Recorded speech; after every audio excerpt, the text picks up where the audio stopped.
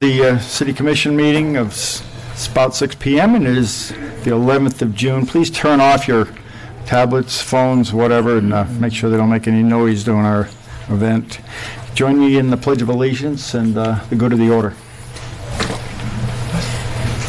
I pledge allegiance to the flag of the United States of America and to the republic for which it stands, one nation, under God, indivisible, with liberty and justice for all. I got it, Mayor.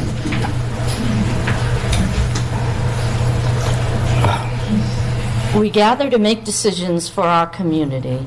May we use only our best skills and judgment, keeping ourselves impartial and neutral as we consider the merits and pitfalls of each matter that is placed before us, and always act in accordance with what is best for our community and our fellow citizens.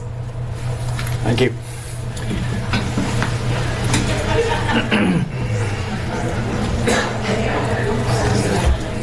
Would the city clerk do the roll call, please? Please be quiet back there. Thank you. Vice Mayor Finnerty? Here. Commissioner Izzo? Here. Commissioner Frozowski? Here. Commissioner Pletcher? Here. Mayor Johnson? Here. We have a quorum. Okay, and we're going to change things just a little bit. We're going to start off with a presentation by our state representative, Jennifer Webb. Brief recap on what happened in session. 60 days and 60 seconds, or Okay. close to. And thank you all for coming to hear my legislative recap. I appreciate your engagement with the with the legislative process. So I am Representative Jennifer Webb. I represent this district, District 69, and I want to thank St. Pete City Commission and Vice Mayor Finnerty and Mayor Johnson for having me here today. How do I... There you Awesome. go. All right. Can I just do this? Good deal. So, no. I'm sorry. I am Me too. not I wouldn't know what to do. technologically. There you go. Is that it? Okay. So, sorry about that. Just some ground rules.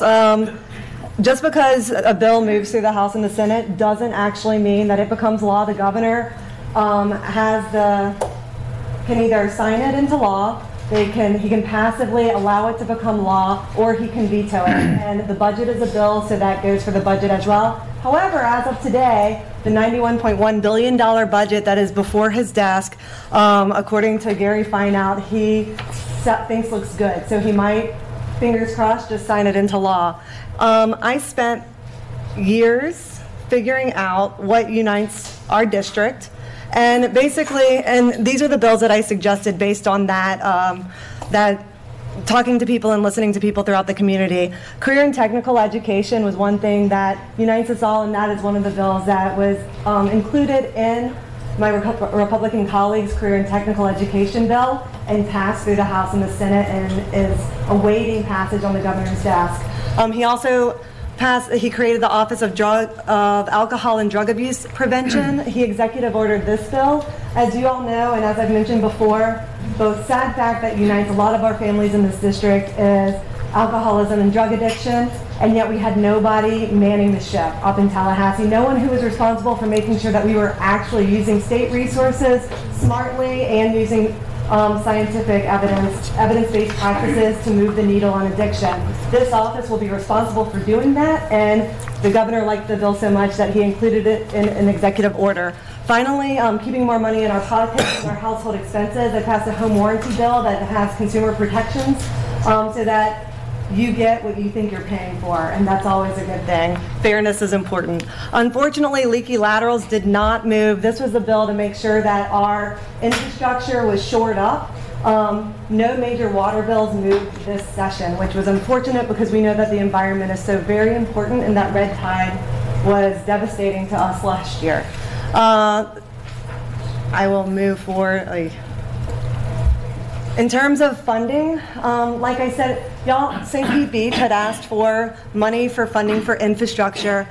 Across the state, only 32 water projects, infrastructure projects that deal with wastewater or water treatment were funded.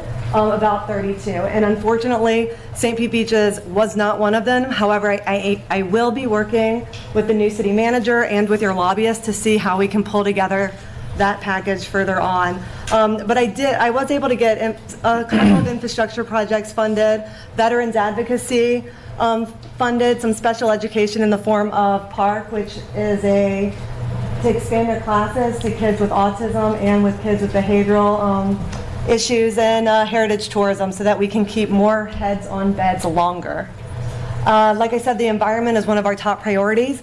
I worked with President Galvano and supported his bill for red tide mitigation, so that one, we could study what the causes were, and two, we could make sure that we could directly impact the duration and the intensity of red tide when it does hit.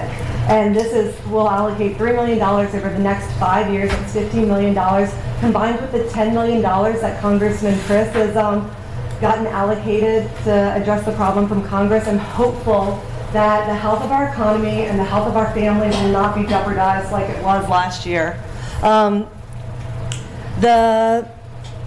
Our families, unfortunately, well, I'll do the positive side first. The positive side is that if you were the base student allocation or the per pupil funding went up this section, as did mental health funding in our schools.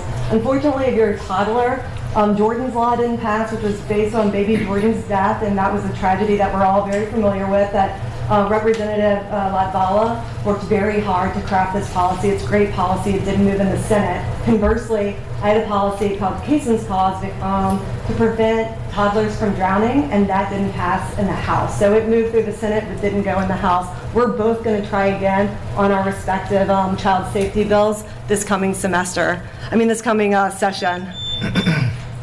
Move fast. Time's up. And briefly, because I think it's almost done. Household expenses, insurance premiums, we passed assignment of benefit reform. And according to the Commissioner of Insurance, this is one measure that could have been taken to make sure that our insurance premiums held steady. And so with that passage, I would hope that our insurance premiums hold steady. I will be working on FIGA next session, which would help make sure that it's like insurance on your insurance policy, so that if our insurance companies go under and you live in a condo, you'll still be covered. We were able to defeat the short-term rental bill, which was important because we're trying to get locals' decisions to be able to be made locally, and this would preempt cities. And so that was seen as a win, and I worked very closely with Vice Mayor Finnerty and others on that issue. And finally, of course, Visit Florida was funded. I don't know if you know, but 1,300 of our local businesses are positively impacted by the work that Visit Florida does. That agency was crafted for businesses like ours, and so making sure that that agency got funding this session was a top priority. I worked very closely with Dana Young on this issue. I mentioned mental health. The final point is support for veterans. I've been on Bay Pines VA Foundation board for a number of years, and so I worked really hard with colleagues to co-sponsor their work and help them move their legislation forward so that vets could get education, get alternative treatments to health care, and advocacy at Stetson Law School. This is the information for my office. I also have cards. If anybody is interested or wants to reach out, please do so. I want to hear from you. I always appreciate when you come up to Tallahassee. Your city council did a fantastic job of advocating along with their lobbyists for this city and making sure that we were passing legislation that was good for St. Pete Beach. So thank you, and thank y'all for being here, and thank you for the time. All right. Thank you. Good job.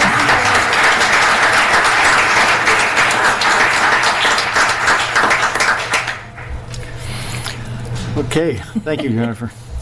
We're going to move forward to presentation by PSTA. We've given them 15 minutes. I would appreciate it if we keep the noise down out there, because we don't want to be stopping this thing and starting it over again. So, Whitney, if you'll go ahead and go, and we'll, after we're done with this, we'll take audience comments at the usual time, which is after we make any changes to the agenda following their presentation. So, Whitney, you're on. It's all yours. So much. I first of all just want to say thank you for the opportunity to come and speak. My name is Whitney Fox, and I am with PSTA. I'm also joined today by our BRT project manager, Abhishek Dayal, as well as two of our Scott Pringle and Eric Hines from the engineering consulting firm WSP, who completed our initial study of the BRT, including ridership forecasting. And the reason why I'm here today and looking forward to giving you this presentation is I'm here to help communicate the BRT project, the changes we've agreed to make based on your input, and why this is beneficial to the city and residents and businesses of St. Pete Beach. So I want to start off with the question of what will the BRT do? And a simple answer, ease congestion. You can see here in this photo, there are roughly 70 people and how they would fit into a bus versus cars. So one of the main purposes of this project really is to take vehicles off the road. So what is the Central Avenue BRT project specifically? It is a rapid service from the St. Pete Beach to downtown St. Pete with the goal of providing premium service that gives everyone the option to take their car off the road, relieving congestion for local drivers, supporting a thriving economy and tourism industry. So a lot of people aren't familiar with what is bus rapid transit. What does BRT mean exactly? So I'd like to just touch on that. First of all, it's consistency. So a BRT system includes signal priority, which will improve the flow of traffic for all lanes and ensure the bus is always on time. It also has higher frequency, fewer stops, which means anyone waiting for the BRT will be waiting 15 minutes or less. It also allows a larger capacity. The BRT buses will have capacity on board so people can bring their bikes on board instead of putting them on racks, which saves time, as well as pre-board payment. So no more waiting for a line of people to pay to get onto the bus. You pay before you board, making it a faster service, as well as level boarding. So a lot of buses right now, our current system, when you're waiting maybe behind a bus, if you've ever experienced that, or to get onto the bus has to lower down so that people can board. People have to pay, of course, to get onto the bus. People have to put their bike racks on the front, or the wheelchair ramp has to come down. But the BRT is going to fix all of these issues with pre-board payment, level boarding, strollers, wheelchairs can roll right on, bikes can roll right on. It's a lot faster and less idling and less waiting behind buses. So you might be wondering, okay, well, what are the benefits to me personally?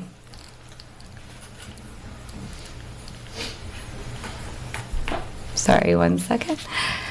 Well, the first benefit is going to be safety.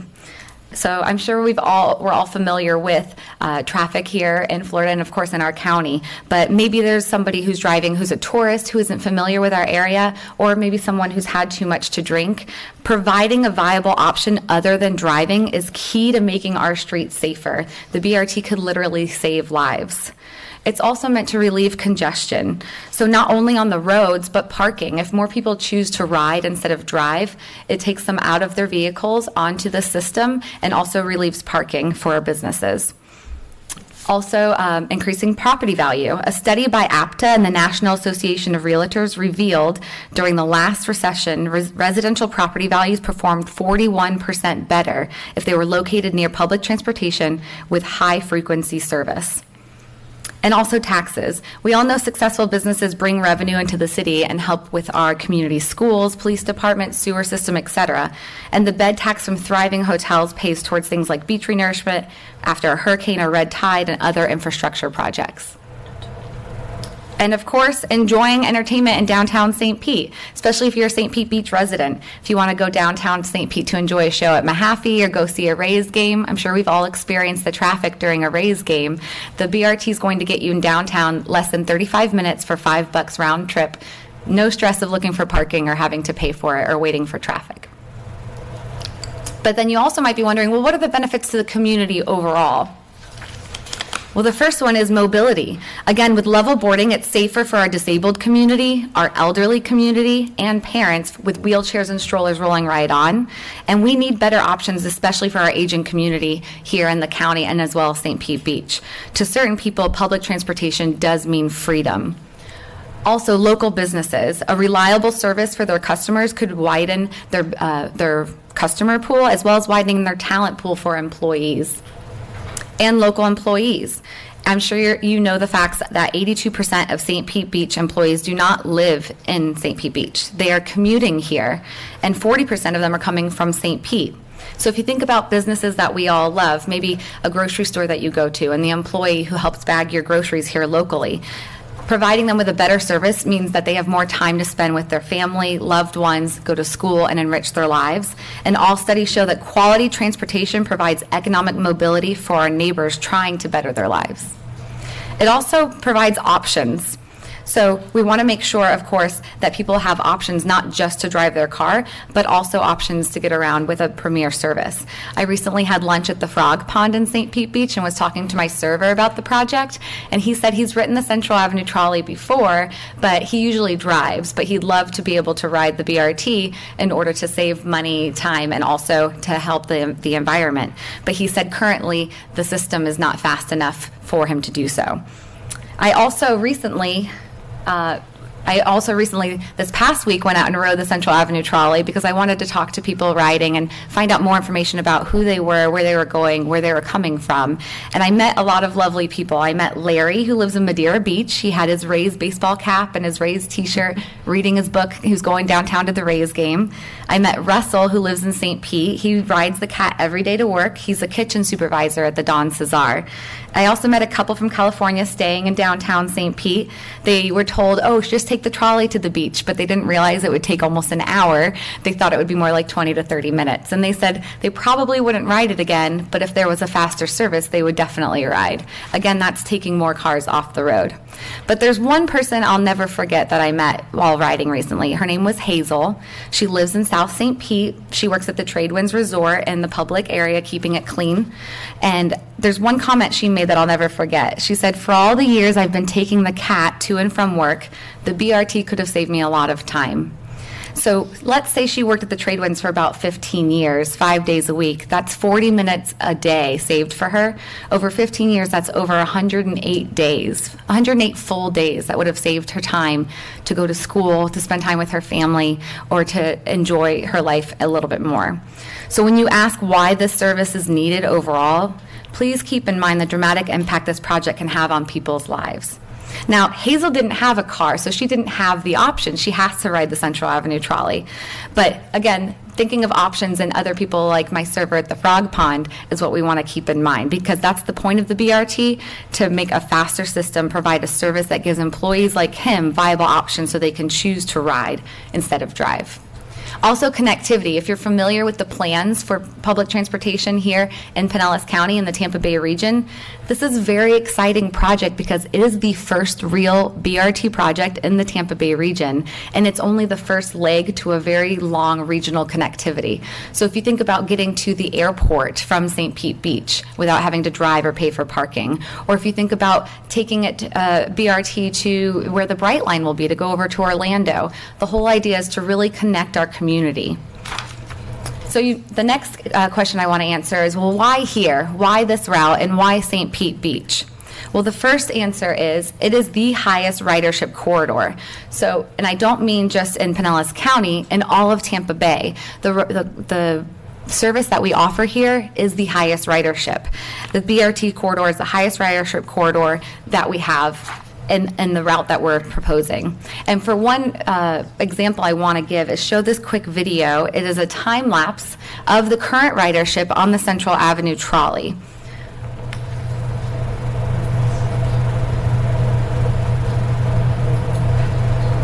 So you'll notice, of course, when like every route in public transportation, it might start empty, but as you move along the route, it does tend to fill up. Not everybody gets on at the very beginning of any route for public transportation, but you can see workers going to the Tradewinds, some people going to the beach, and it gets more and more full. And then towards the end, it starts to die down a little bit, like all public transportation. And there's about 4 people left on the trolley in Pass a Girl. So I just wanted to show, there's been a lot of comments about the fact that nobody rides the Central Avenue trolley now, and I just wanted to show a visual to kind of explain, instead of just talking about numbers, that people do really rely on this service, and we're expecting ridership to grow with a faster, more convenient service. To continue, why here? Why St. Pete Beach? There are a lot of requests for faster and more frequent service. According to a survey conducted by Forward Pinellas in 2018, 70% of residents said they'd be more willing to take public transportation if it were better here in Pinellas County. Also, we are very fortunate to live in this beautiful vacation destination, especially St. Pete Beach. Everyone loves St. Pete Beach. I've traveled the world, and nothing quite compares to our beaches here on the Gulf of Mexico. But 3.7 million visitors are visiting St. Pete Beach annually. So when they come to St. Pete Beach to stay in one of your lovely hotels, maybe they want to visit downtown St. Pete for the museums, the restaurants, whatever that may be. But what are their options? They could take the Central Avenue trolley, but they probably don't want to ride for an hour, so they'll just spend the money to hop in an Uber or maybe rent a car. And that's going to add more cars to the road and add more congestion. So it's great to give them a viable option of how to get around the area when they're visiting here on vacation and not have to stress about public transportation or stress about their transportation. Also, one of the reasons why we chose this corridor is because the data supports it. There's been many studies done. That's why we have the consultants here with us today to answer any questions.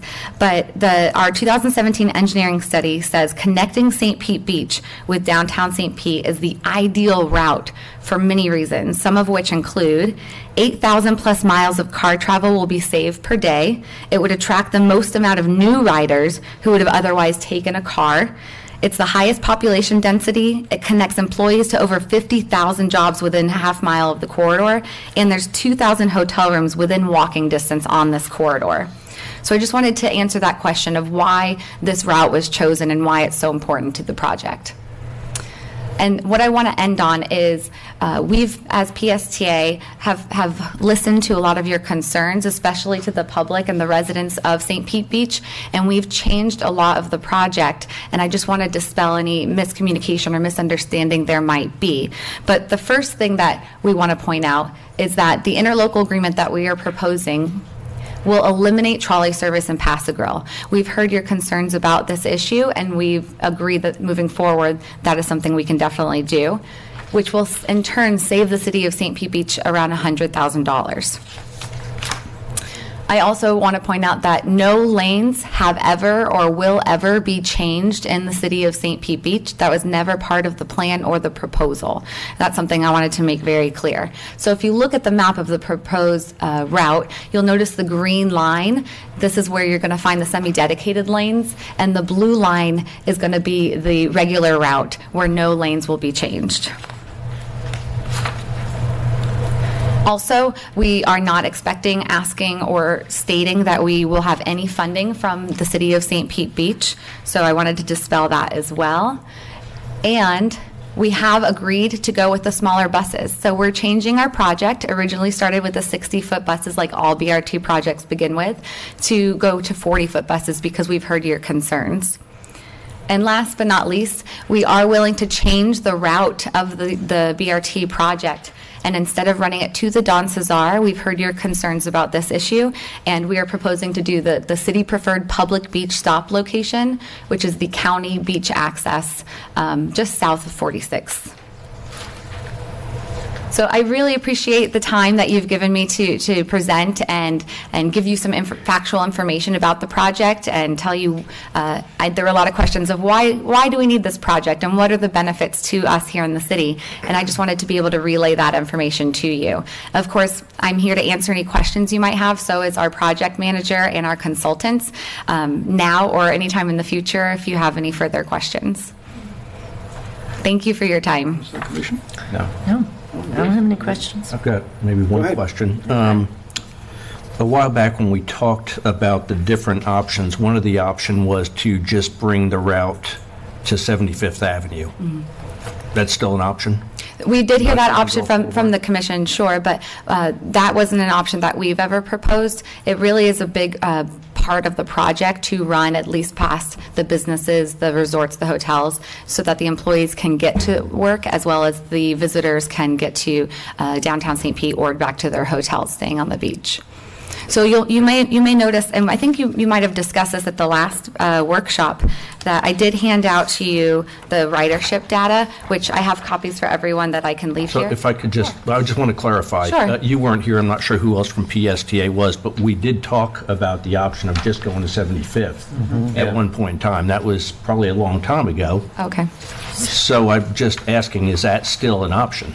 At the time, no. No, Right at now. this time, I mean. Now. Right now, is it an option for us to consider only going I don't to advertise now. 75th and Good evening. Abhishek. My name is Abhishek Dayal, Director of Project Management Office. To your question, Commissioner Ward, we did look at, there were two options that we had discussed at the Commission workshop. One was to stopping at 75th and Gulf, and then the second option was the County Beach Park. Based on our ridership assessment, we believe that the option that best meets the purpose and need for this project would be the one to terminate at the County Beach Park. So that's the option that we are recommending. I understand that, and I think... I guess I just need to make it clear. We had discussed at the last meeting, and I guess there'll have to be a discussion at some point in time among the commission, would be to only have BRT come into St. Pete Beach at 75th Avenue, turn around and go out, and then we would look at other options on the beach itself, even if we might do our own system. So I'm just asking, is that an option from your standpoint? For the BRT project, we believe that that is not an option, that we think the County Beach Park would be a viable option for the BRT project. Okay. What you're telling us is you need to go past the resorts. Yes, the ridership, we have the ridership demand along the resorts. A lot of the workers, as Whitney mentioned, do utilize our services. So to make it viable, we would like to take it to the County Beach Park. I guess my concern is, and while you're there, so you're saying that stopping the BRT at 75th Avenue is not an option. Our concern is right-sizing for the city of St. Pete Beach. And the ridership numbers that we're basing all of this on are from 2017 at the peak of season that doesn't even really break down time of day, day of the week, or anything, or even the video that you had on there. What day of the week is that? Is that in the peak of season, at peak of the time of day? It's fairly subjective for us to be making these decisions, but I think what's really important is the reason that maybe there was an interlocal agreement, negotiated prior to our city manager, being out of town, is the fact that you all are still needing that BRT to go to the county park rather than just 75th Avenue, which was our preference. Is the application for the grant contingent upon that ridership? Because I didn't understand how many stops, because I thought you were eliminating so many bus stops. There wasn't, how many stops were really going to be BRT from 75th to the county park? It's 20 blocks. Well, to answer your first question with the video, sorry, I didn't mention this during the presentation. It was a Saturday morning this past April 27th at 7 a.m. Just to answer that question for you. But. And with regards to your question, Commissioner Pletcher, there are going to be, including 75th and Gulf, there will be 2 additional stops, one at the Trade Winds and then the other one would be at the County Beach Park. Okay, so 75th, the Trade Winds, and the county. Yes. And so the one that you're wanting to make sure that you hit, I'm just thinking the Trade Winds, we already kind of understand their ridership, and it's like 40 people, 41. The ridership.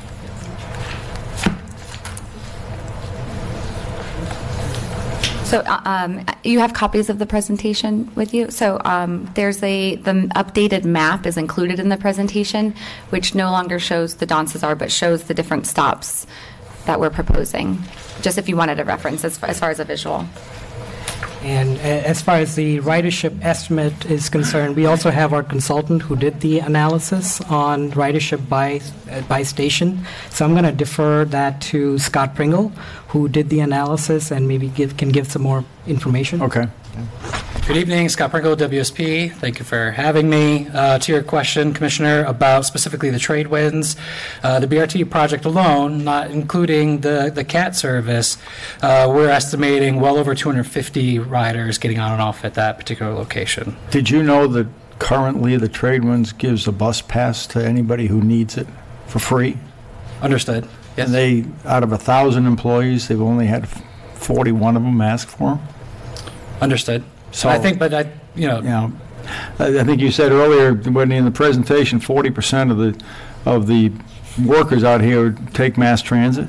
Oh, no. 40% would take it. Is that So 82% of the employees in St. Pete live off the island? Correct, and 40% of them come from the city of St. Pete. So to your point, and with the ridership as far as the trolley, that's the entire point of the BRT, is to really provide them with a better option so that the employees may want to ride, because perhaps they have a car and maybe they drive to work at the Tradewinds because they don't want to wait 20 minutes for the Central Avenue trolley or ride it for an hour to get to work. And that's the whole point of this project, is to provide a better option for the employees who might want to change and ride instead of drive. The numbers I remember weren't an hour. I mean, it was like, I think the trolley takes 55 minutes now or something like that, and the BRT is going to take 15 minutes less than that. The BRT will take 35 minutes end to end, and the current Central Avenue trolley takes 55 minutes. Okay, so it's 20-minute savings. Correct. Okay. Thank you. Any other questions from the commission?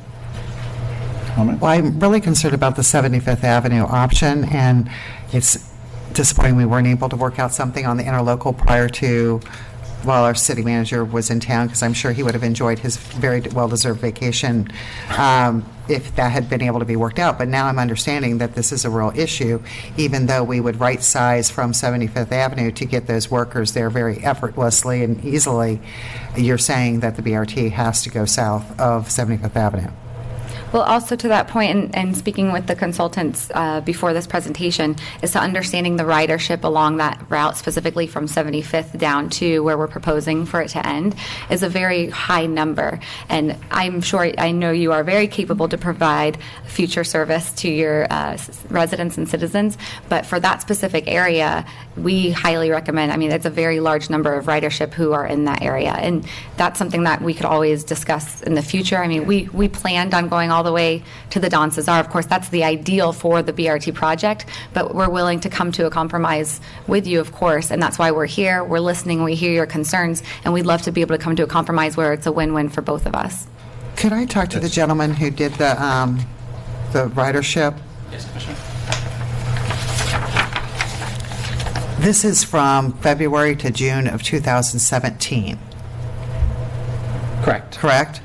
And it doesn't really, it just says daily passenger activity, and it's in the peak of season, right. From February to June. And we don't have anything more current. What I think is difficult for everybody to understand is that this doesn't even give us times of the day or days of the week. That information could certainly be provided. We do have it by daily figures. Right now, we're looking at 4,266 riders on the BRT project daily. And as you mentioned, the analysis was, our base year was 2017. So to tell you the truth, those are, in hindsight, those are very conservative ridership numbers. If we were to actually rerun the ridership forecast today, the numbers would be higher because we've had growth since that time period. So, FTA is very focused on making sure that the numbers are strong numbers because they need it to justify a project of this nature at all levels, state and federal. So there's a lot of scrutiny that goes into the development of the ridership numbers. And like I mentioned, 2017 is when it developed. You mentioned that. If we were to rerun it today, the numbers would actually be higher. And I guess that's the kind of where the problem lies, is that we haven't, our inbox hasn't been filled up with any data on any of this. As far as this ridership, that's kind of what we get. We get the 2 years old during peak season and just averages, so without any relevance on in and out. And so I guess my concern is we couldn't get 2018 numbers because the counters were inconsistently operating. And so it wasn't giving a true value of what 2018 numbers are. And so now 2019 numbers, we don't have anything for that either. Understood. And the information that's been developed as part of this project is public record. It's available to anybody who's interested. I'd be more than happy, based on PSTA's direction and leadership, to sit with any of the commissioners and go through that information in great detail. So please let me know. I'd be more than happy to sit with you and walk you through the information. This information also shows the most frequent stop, the most number of passengers is right at 75th and Gulf That is Boulevard. Correct. So I guess I'm still not convinced that we couldn't have you come to 75th Avenue, go back out, and as the mayor suggested in the last meeting, have our own system that linked up with that and still got them down there. Because, I mean, we have a lot of concerned citizens out here, and the things that I'm hearing, besides some of the things we've already resolved, is no more buses on Gulf Boulevard. And so, I mean, unless we get more or better information, it still seems to me to be a viable option. And at some point in time, I guess we're going to have to, discuss this further in term. But that, to me, right now, hearing all the information, trying to listen to everybody, trying to digest what's going on, and still keeping, a BRT viable, that seems like that's an option to me that I'd like to keep on the table. I mean, that's kind of where I'm at right now. Yeah. Right, it makes sense. I mean, that's where the CAT already has a transfer station. Yeah, you don't build any new bus stops. And I Well, and I just wanted to point out that with a lot of the transportation projects, really when you have to make a transfer, that's going to lower ridership, right? The whole point of the project really is to get people to work, to the beach, to downtown from those locations, and to help them. But does the workforce live downtown? The workforce, I mean, they live all along the corridor, or they're connecting to that corridor from other bus routes, or the workforce lives all throughout, of course, the city of St. Pete. So they're making a connection to that the same way they'd make a connection Right. out here on the beach. Right. Right. It's another connection, granted. Right, anytime Still you- a connection, so they're not adverse to getting on a different bus and Sure. sitting down and waiting again. But my point is to my example of, for example, visitors coming to St. Pete Beach who are maybe from places that have great public transportation like New York City or wherever, or other places in Europe, they might be visiting and they're looking for a higher premium service. Otherwise, they are just going to rent a car or jump in an Uber, and that's, again, just going to add more traffic as our population and visitors grow. I think that's what's kind of difficult, because I think we keep relating, the mass transportation opportunities that are available in amazing cities.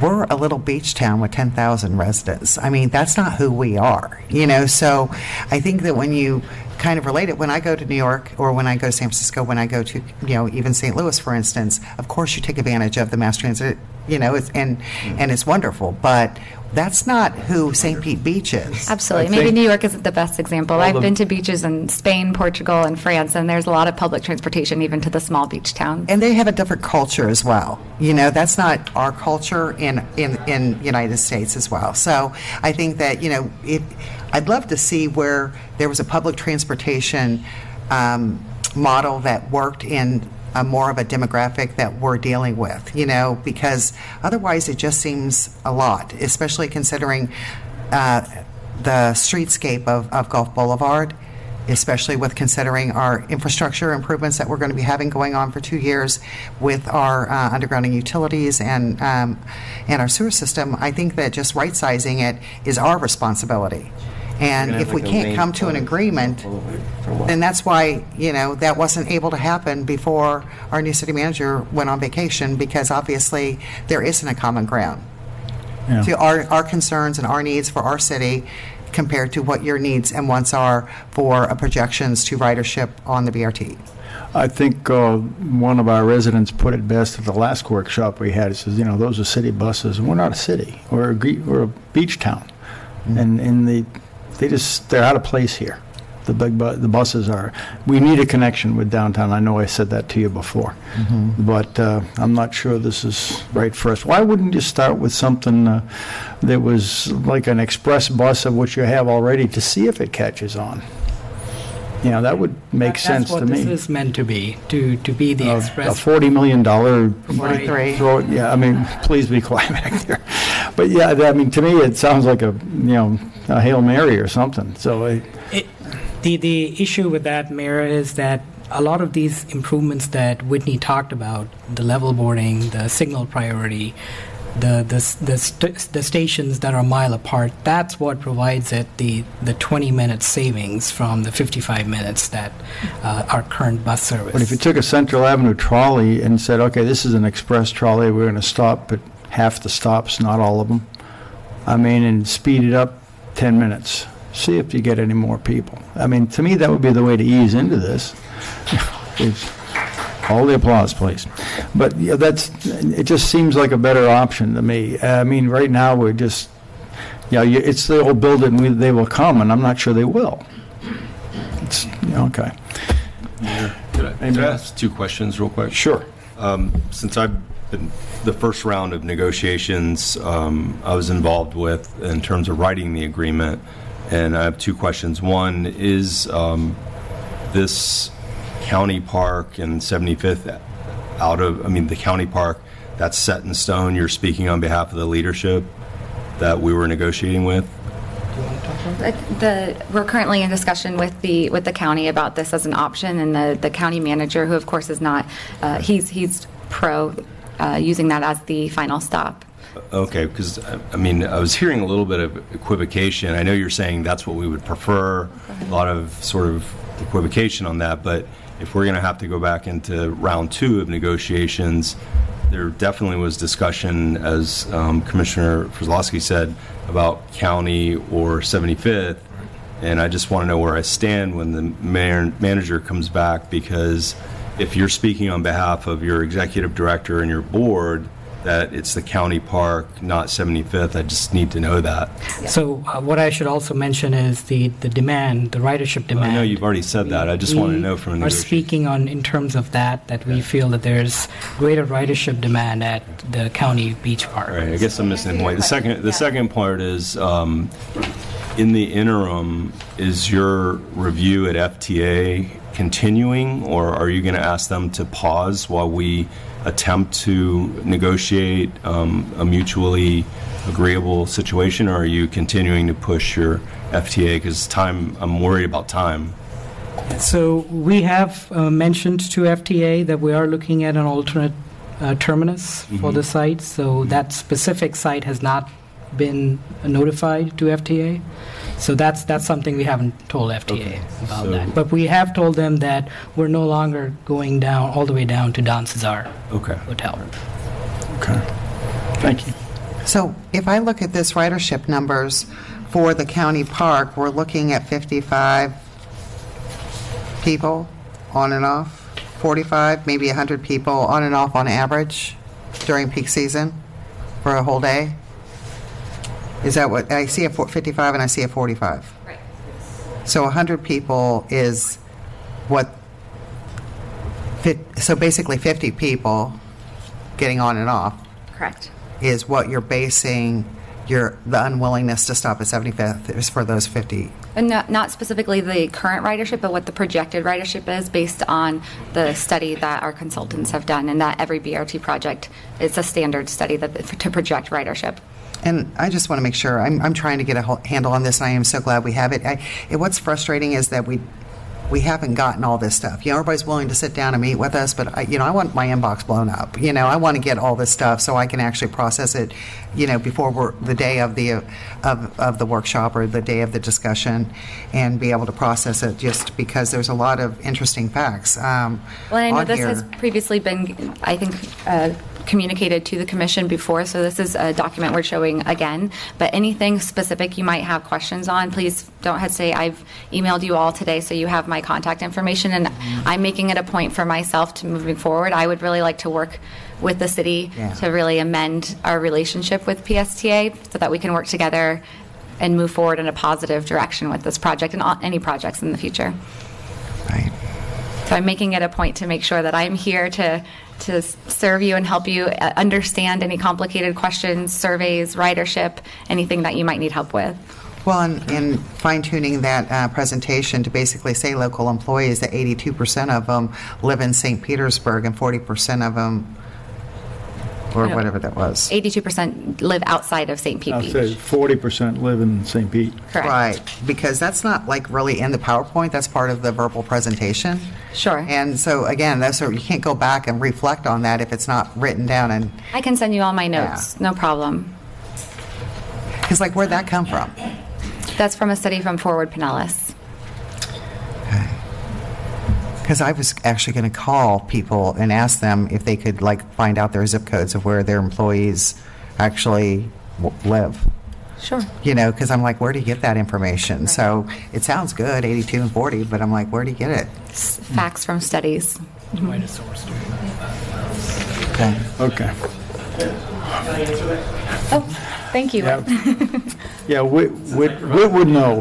Whit Lanton with Ford Pinellas, the executive director. That's U.S. Census data that I presented to you all about a year ago. So you have a large workforce. It's not local. And to your point, the city attorney, I can speak on the leadership of Ford Pinellas that the county destination is a must-do for us. I think we're willing to work, but this is the #1 priority project in Pinellas County on our party list that we're adopting tomorrow. So it's got to have good ridership. The region is looking at this project. It's the one of top 5 projects in the region. Wow. And it's the first leg. And it's in the pipeline. And it's a bigger picture than a small beach community. Yeah, but It's we live Pinellas here. County. Oh, It really is. Quiet It's a down. corridor that connects our major growth corridor in Pinellas County. Central Avenue is growing. It's continuing to grow. And you all are an important part of it. And you're part of that decision. Right. But this is a bigger picture than one community. It's important to the whole county. We're on the tail end of that whole route, okay? Yeah, you're a Just destination. remember, and we live here. You're a So, destination, absolutely. That's right. And we I'm wanna not continue to be the destination I that don't we want to are. minimize that role that you have. But there is a bigger picture that is countywide and regional perspective. I think we all agree with that, and we recognize that that's the reason we're talking to you. Yeah. And that's the reason we hadn't just told you to take a hike. What my concern is, candidly, is that if we scale the project back and we introduce more transfers for the riders, you're not going to have a productive service. And ridership plummets when you ask somebody to transfer more than once. So if you're already getting people who are feeding into this corridor from another route somewhere, say at Central Plaza, or any other route, say 66th or whatever, and then you bring them in here and you're going to ask them to transfer another time, it's going to kill that travel time savings. And we just want to keep it to a minimum number of transfers as much as possible. And PSTA has the responsibility of delivering a good product, and we have the confidence that they will. I think there's a lot to get worked out as this project gets going, and it's going to take a couple of years for it to be operational. So as you work through the Gulf Boulevard issue, I think we can continue to work on that. And it'll take the county some time to incorporate a good stop into the county park location. So there are some things that continue to move. But this is really, seriously, this is the top transportation project on our priority list after we get through our off-the-top set-asides for complete streets and planning studies. And that signals the importance countywide. So I just want to kind of reemphasize that and appreciate your consideration. Okay, thank you, Whit. Thank you. I think, we appreciate the regional aspect. We appreciate everything that you're doing at that level, but at the same time, we're representing the people in this community. And, I've been doing this for a long time, and it's amazing how the people have kind of come out. People that have talked to me, it's kind of amazing. In this one instance, there are people from all walks of life, all ages, have people that are anti-development, people that are pro-development, people that are everywhere in between. And so right now, I'm ready to talk about what's going to work. And instead of just saying no, I'm trying to say, what can we do to make it work? And to me, the only option right now, it seems to me, is to come to 75th Avenue, turn around and go back out again.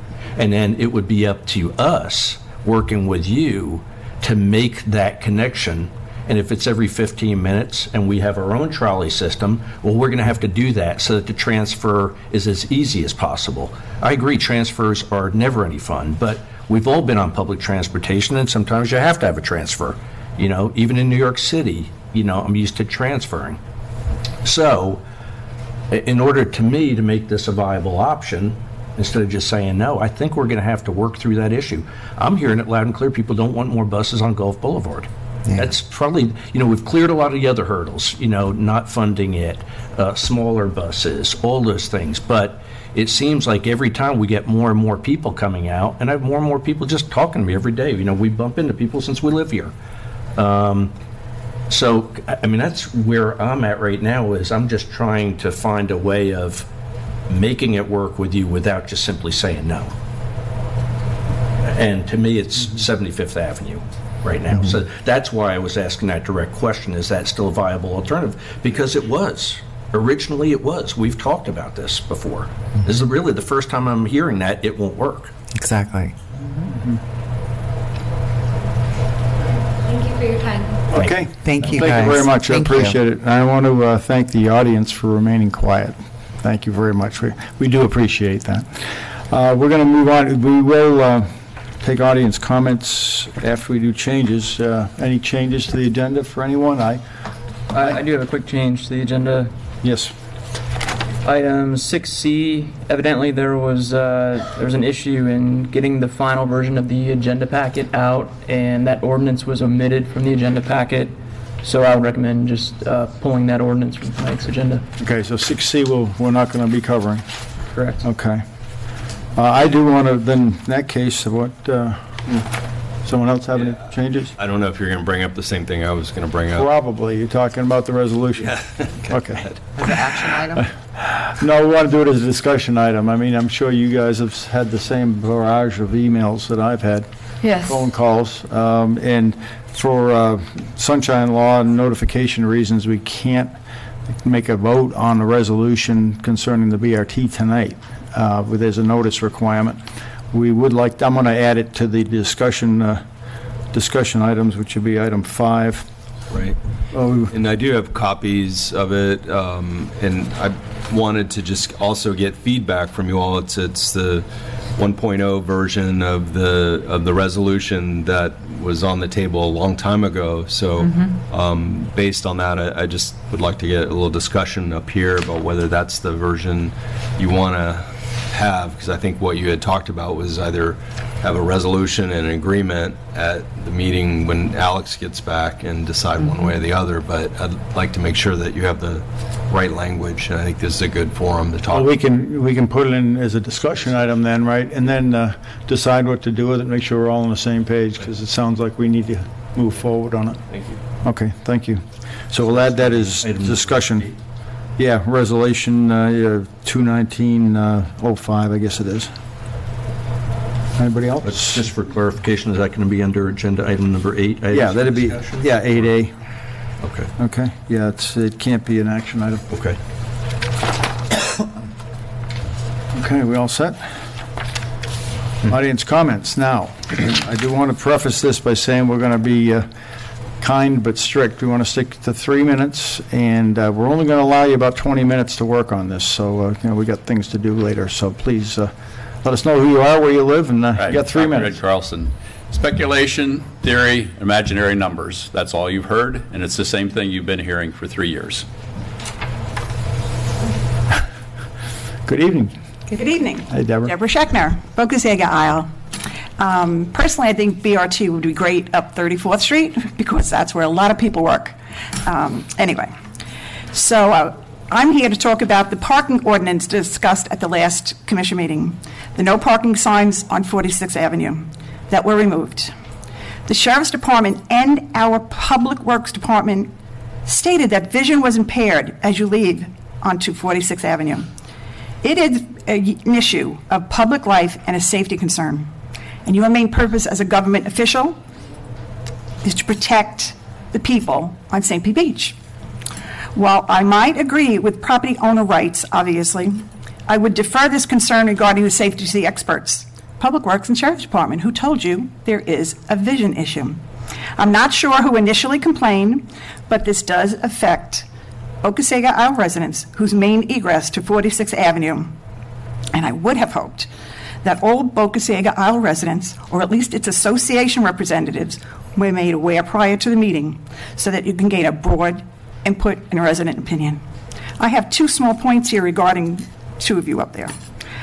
Commissioner Frozowski, you said it was a Boca Ciega Isle person who complained, and you had been speaking to Scott, and I'm sorry, I don't know his last name, and you chose to give Scott a head up about this issue being on the agenda, and you didn't contact any of us, to my knowledge. And then our mayor stated at almost 7:30 that neighbors had something out for him, referencing Scott. I'm confused as to why the mayor would say this, and it doesn't make any sense. Several of you had pointed out that a low speed limit of 25 miles per hour in making your decision to take the no parking signs down that protect people on St. Pete Beach, Boca Ciega Isle especially. According to an expert vehicular accident witness, Dr. Ellis of the Ellis Clinic, a car accident with a car traveling 25 miles per hour is equivalent to falling 20.5 feet off a two-story building. I'm going to guess there will be injuries. With that said, I assume our experts, meaning our own experts with our city personnel and our sheriff, were aware of this level of damage when they told you that there's a vision issue there and it is a matter of grave safety. It's a grave concern of mine. People who walk, people who, with lots of kids on our island now, people being brought around in strollers, lots of bicyclists. You put them at a safety disadvantage. You have no idea what it is like driving off that island when all those cars are there. You cannot see. There is no vision. We have to go into the oncoming traffic? No, that doesn't make any sense. With that said, I hope you will look at the resolution again and adopt something safe streets as recommended and put the no parking signs back. Okay, thank you very It's much. our safety. Next. Thank you for hearing me, dignified members of our City Council. I'm Harold Hurwitz. I live in Harborside, but in the orphan St. Pete Beach community on Sailboat Key Boulevard. So I'm one of 140 of 818 people who live in that community. Our way on and off our island is Pasadena Avenue.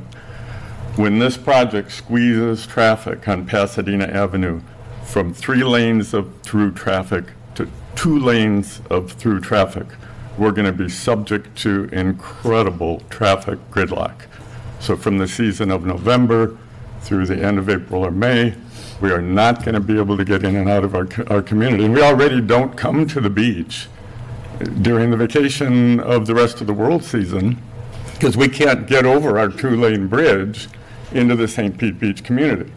But we can turn left and take 3 lanes on Pasadena Avenue over to 22nd Avenue South, over to 1st Avenue South, over to Central Avenue, and go all the way around and do what we need to do. The time-lapse photography I would like to see is not a bunch of people getting on and off a bus, but let's set up some cameras from November to December to January to February to March to April from Palms of Pasadena Hospital, where we finally, coming back to our community, get squeezed down from 3 lanes to 2 lanes. And you want to see some traffic. All of the vehicular traffic there already gets squeezed into 2 lanes. That picture and that time lapse is exactly what we're going to have going the other way, which right now is our only exit from our community.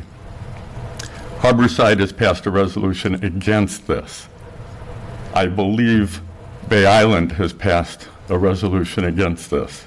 I'm almost positive South Pasadena has passed a resolution against this, all because it's going to destroy our vehicular traffic leaving our communities.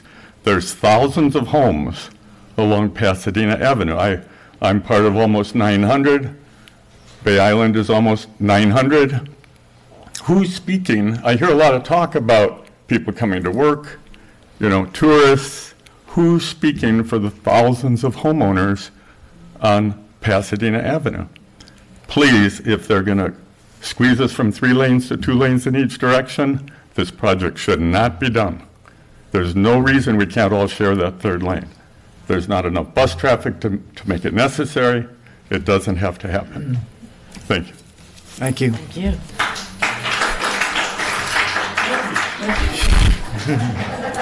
Good evening. My name is Carl Lavender, and I am currently the Senior Director of Community Programs for the Foundation for a Healthy St. Petersburg, and I'm here on behalf of the Foundation. Many of our dollars go to fund organizations that do workforce development, job readiness, transportation discussions, and we are, of course, appealing to your collective wisdoms that as you look at round 2 in your negotiations with PSTA, that you remember the person that works in the restaurants, that family, that citizens who, depending on their transportation, this is vital to their well-being and their life. And listening to you talk, I feel that sentiment, and we can say we thank you for that. Again, but as you go into round 2 of the negotiations, on behalf of the Foundation and those of us who fund the programs that makes workers ready for the beaches, you consider the transportation issues. Thank you very much. Thank you.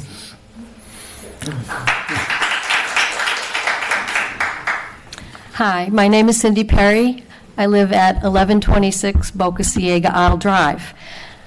I'm here tonight because I do not believe that the mayor or our city commissioners would knowingly and willingly put residents in harm's way. I was not aware that Ordinance 2019-09 was going to be discussed at your May 28th meeting, or I would have come to provide information on why that curve is so dangerous. As you know, the police and the Department of Public Works indicated that. I want to be more clear. Visibility is even more limited when vehicles are parked north on that inside of the curve. The worst part is that in order to go around these vehicles, you need to go over the double yellow line and drive into the oncoming traffic, which you cannot see. And they can't see you either. I have heard many, my in-mailbox has been filled up since this issue came up because I send out the neighborhood emails. And I can't tell you how many people have told me they have had close calls and near head-on collisions going around that curve. I can also tell you that the sidewalk gets blocked over there, and people with strollers and walking their dogs are also having to go out into the oncoming lane of traffic to go around that curve. I don't think the speed limit of 25 addresses any safety concerns. My math was a little bit different.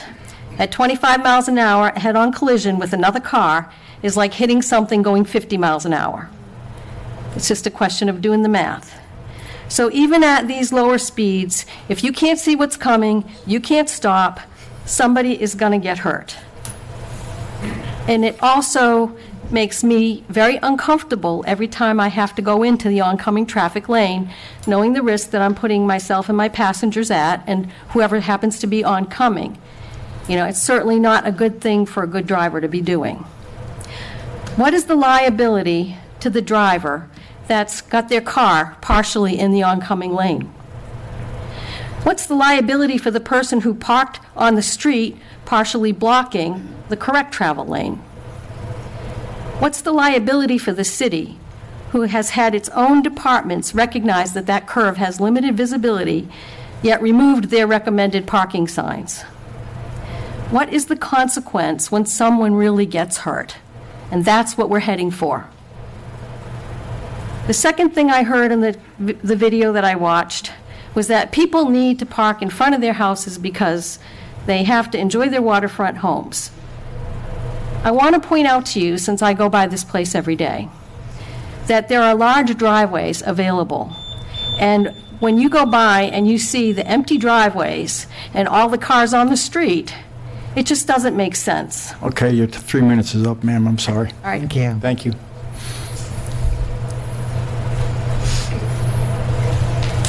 Hi, my name is Joanna Cox, and I live at 850 Boca Ciega Isle Drive, and I'm here to talk about the same issue, obviously. It was very disappointing to listen to the video and hear that there was somebody notified about the discussion that was going to happen, and know that nobody that lived on Boca Ciega Isle was notified so that we could come and discuss it. Obviously, there's a mechanism for these sorts of discussions. There are signs out for the adjustment board, and there could have been a sign put up that there was going to be a discussion about this, and we would have come to.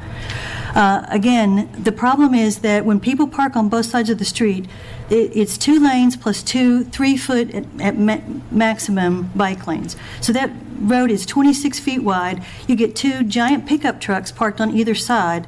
And especially there's usually 2 in a row on the north side, meaning that you can't see what's coming. You're forced into the center of the road. And if there's somebody else coming, people park all up and down the street, especially on the weekends. People going to the beach park up and down the street. So it's not just that people are using their own property to park. Most of the houses do have extremely large driveways, and some of them have 2 driveways and double car garages on both sides of the property. So that's 6 or 8 cars that they could park in their driveway. I understand that people want to have parties and have people over, but this is a safety issue that all of us have to worry about every day. There's no, as far as I'm aware, the law in the state of Florida precludes visibility issues such as shrubbery or any other kind of obstruction that reduces visibility on a curve. So even if there weren't any no parking signs there, people should not be able to park in that area because it does obstruct the vision of people coming around the curve. So we need the no parking signs back. I will have to tell you that for the 2 days that I've been noticing since the discussion, people have been parking in their driveways. So obviously they've recognized that this is an issue. I also think this is a big issue of liability for the city. Everybody's aware now that this is a problem. We're aware that the police and the public works have established that it's a big risk. And now that we know that, if something does happen, there's a huge liability for any legal case that might be brought. And there's no defense because we knew it was a problem and there was a decision to take those signs down. So I really urge you to put the signs back up and make it all safer for us to drive in and out of our neighborhood. That's the only way to get in and out of our neighborhood. We don't have any other option but to go by that area every day. Thank you. Thank you. Mayor, I would like to just clarify one thing, because it's been mentioned a few times. The person called me, and it wasn't like I notified anybody, so I just want to kind of make that clear. It wasn't like I notified one person. That person called me. Probably looked on the website. Anything we do here has to be noticed. As we talked earlier, we couldn't add something like the resolution on for or against the BRT because it has to be noticed if we're going to vote on anything. So you get on the email list from the city, you'll get the same packet we get about a week before the meeting, so you'll know what we're doing in detail. Yes, sir. Yes, Tom Rask, Unincorporated Seminole. I know there are a lot of people waiting to speak, and I don't know what your policy is, but... We got about another 5 minutes, Tom. Well, Ms. Sinat, who's sitting here, has agreed to yield her time, so if you can just give me a little bit of time, because the other point of order I wanted to bring up is that really you should listen to probably about 10 minutes of rebuttal of what PSTA said. There's a lot in there. And I'm just going to read from my notes. Ms. Fox mentioned that the county administrator wants. That's what she said. Actually, she said county manager, but I'm pretty sure she meant the county administrator. I don't care what the county administrator wants. If the county commission wants to pass a resolution and send it to you telling you what their preference is, they're elected. The county administrator is not. The further up you go, the political hierarchy, the less people, elected officials, are willing to take a vote, because that means accountability. So I urge you to not pay any attention to what the county administrator wants, but listen to what the county commission says they want.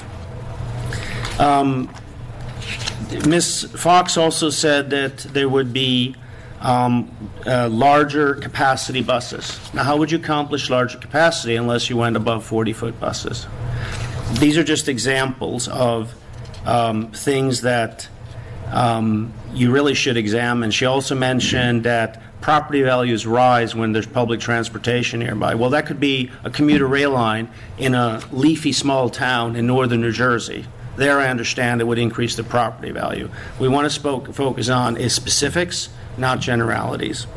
And so I'd like to ask the city clerk to switch to this picture, which was their first slide after the intro slide. And it was taken in Canberra, Australia, in 2012. And it was taken by an organization called the Cycling Promotion Fund. You can see them up in the left-hand corner. And what they show here is 69 people.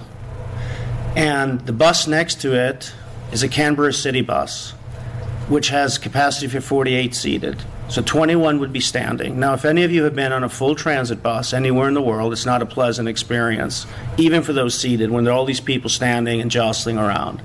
The assumption is that 69 people would be on the bus, but in the U.S., the average number of people on a bus is 9. And for PSTA, that's lower. Okay? So on Gulf Boulevard, it would be even lower. Then you have to look at, the assumption here is that a bus, impacts about the same as a car. No, it doesn't. Transportation planners know, they know of a term called, they use a term called passenger car equivalent, PC. So a bus has a value of 3.5, equivalent to 3.5 cars. Will you like to give me a little more time, Ms. Sinat's time? I'll try to finish up as quick as possible. You're done. I'm sorry. Well, can I ask what the policy is going forward? Can somebody yield? We're going to talk about the resolution on BRT in the discussion items later on this evening. So you can comment then? You can come up and comment on it then. Thank you. Yeah, thank you. We've only got about another, I'm going to give you another 2 more people is about all we can handle. I'm sorry. Hi, everybody. My name's Tim Hatcher. I live on Boca Ciega Isle Drive. Mm-hmm. I come here to ask you for 2 no parking signs. These no parking signs will definitely prevent someone from being killed. I personally have almost been hit there. Everyone I know on Boca Ciega Isle has run into the same issue. The problem is when the roadway comes across this bridge that comes off our island, the road turns 45 degrees to the right. That's where the individual, their property is right there. And I drive a Lexus SUV, high-profile vehicle. These trucks that are parked there are way taller than what my vehicle is. It is virtually impossible to see oncoming traffic. The only way I figured out to see if somebody's coming is there's a house down there that has a big plate glass window that I can see a reflection of a vehicle coming. That's the only way I know how to do it. I guarantee somebody will be hurt. It will happen, and when it does, and the lawsuits start to fly, I don't know how the city is going to respond to saying that we have a double yellow line there that you cannot pass, but yet we're expected to go around into oncoming traffic. So I would rather somebody not get hurt. I would rather these 2 signs put up. In fact, when they were put up, it was a huge relief to me that I know that I could come around that corner and not have to worry about injuring myself or somebody else. Now, the only people that parked there when those signs were there were the individuals that live in this house. And they had total disregard of the no parking signs. I was really in favor of it. I was really happy to see it, and I was really depressed when they went away. So please, if you would, it's a very simple thing. It only infringes on street parking for 1 or 2 houses, but the value that it could have for public safety is incredible. Okay, so thank you very much. Thank you. I'm afraid you're going to be the last one. Okay. I'd like to get back to the subject of BRT. My name is Elaine Darrenpool. I live on 45th Avenue, Lido Beach, which is in the neighborhood of the county park. In fact, when they put up the picture of the county park, the aerial view, you could even see where my house was in that picture. This is relevant to me. I was very encouraged tonight to hear conversation about the difference between the transfer station at County Park and 75th Avenue. Last meeting I came to, and I've been following this since February with help from my commissioners, it was very quickly determined that Cabrillo was not the place. And they were very quick to mention how much their condos were worth, how much their houses were worth. We are also residents of St. Pete Beach. There are condos to the north of County Park, to the south of County Park, and there are many houses in a neighborhood across the street from the county park. And I don't understand the change of use. When we moved there, the county park There'd be a few cars there. Maybe it would fill up on the weekends. Maybe it would fill up on the holidays. Now we're talking about bringing buses there for 12 hours a day to County Park right across from our neighborhood. Our houses might not be as expensive as the ones in Paso Grill, but we are still St. Pete Beach residents and do deserve some consideration. Thank you. Thank you. Okay, we're going to close audience comments. If you want to stick around and listen to the discussion on the BRT resolution, which we're going to have later on, you can make additional comments there, but we're going to have to cut it off right now. Let's see, moving on then, let's go to the consent agenda. I'm afraid we've closed audience comments, please.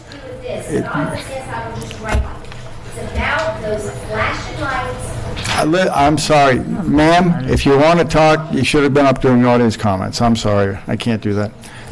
Okay, we're going on. Consent agenda. Does anybody have any comments from the commission? Yes, I have. I don't want to stop this from going forward because Lord knows we need to vote on this and get it moving. But this is, sorry, Mayor. I know. Let's please keep your conversation outside. Thank you. Try it again. But this is an issue in my district, which is Egan Park. And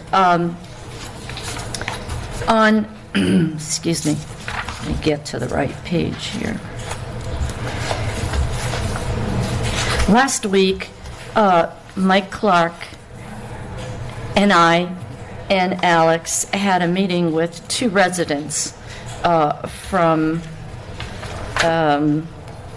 Focus Shores, and we provided them with information on those things that we were going to do for phase 2 of this project. And during that meeting, they looked at it and they said they were fine with it. And then shortly after that, I got, and what you should be looking at is page 76. The microscopic layout?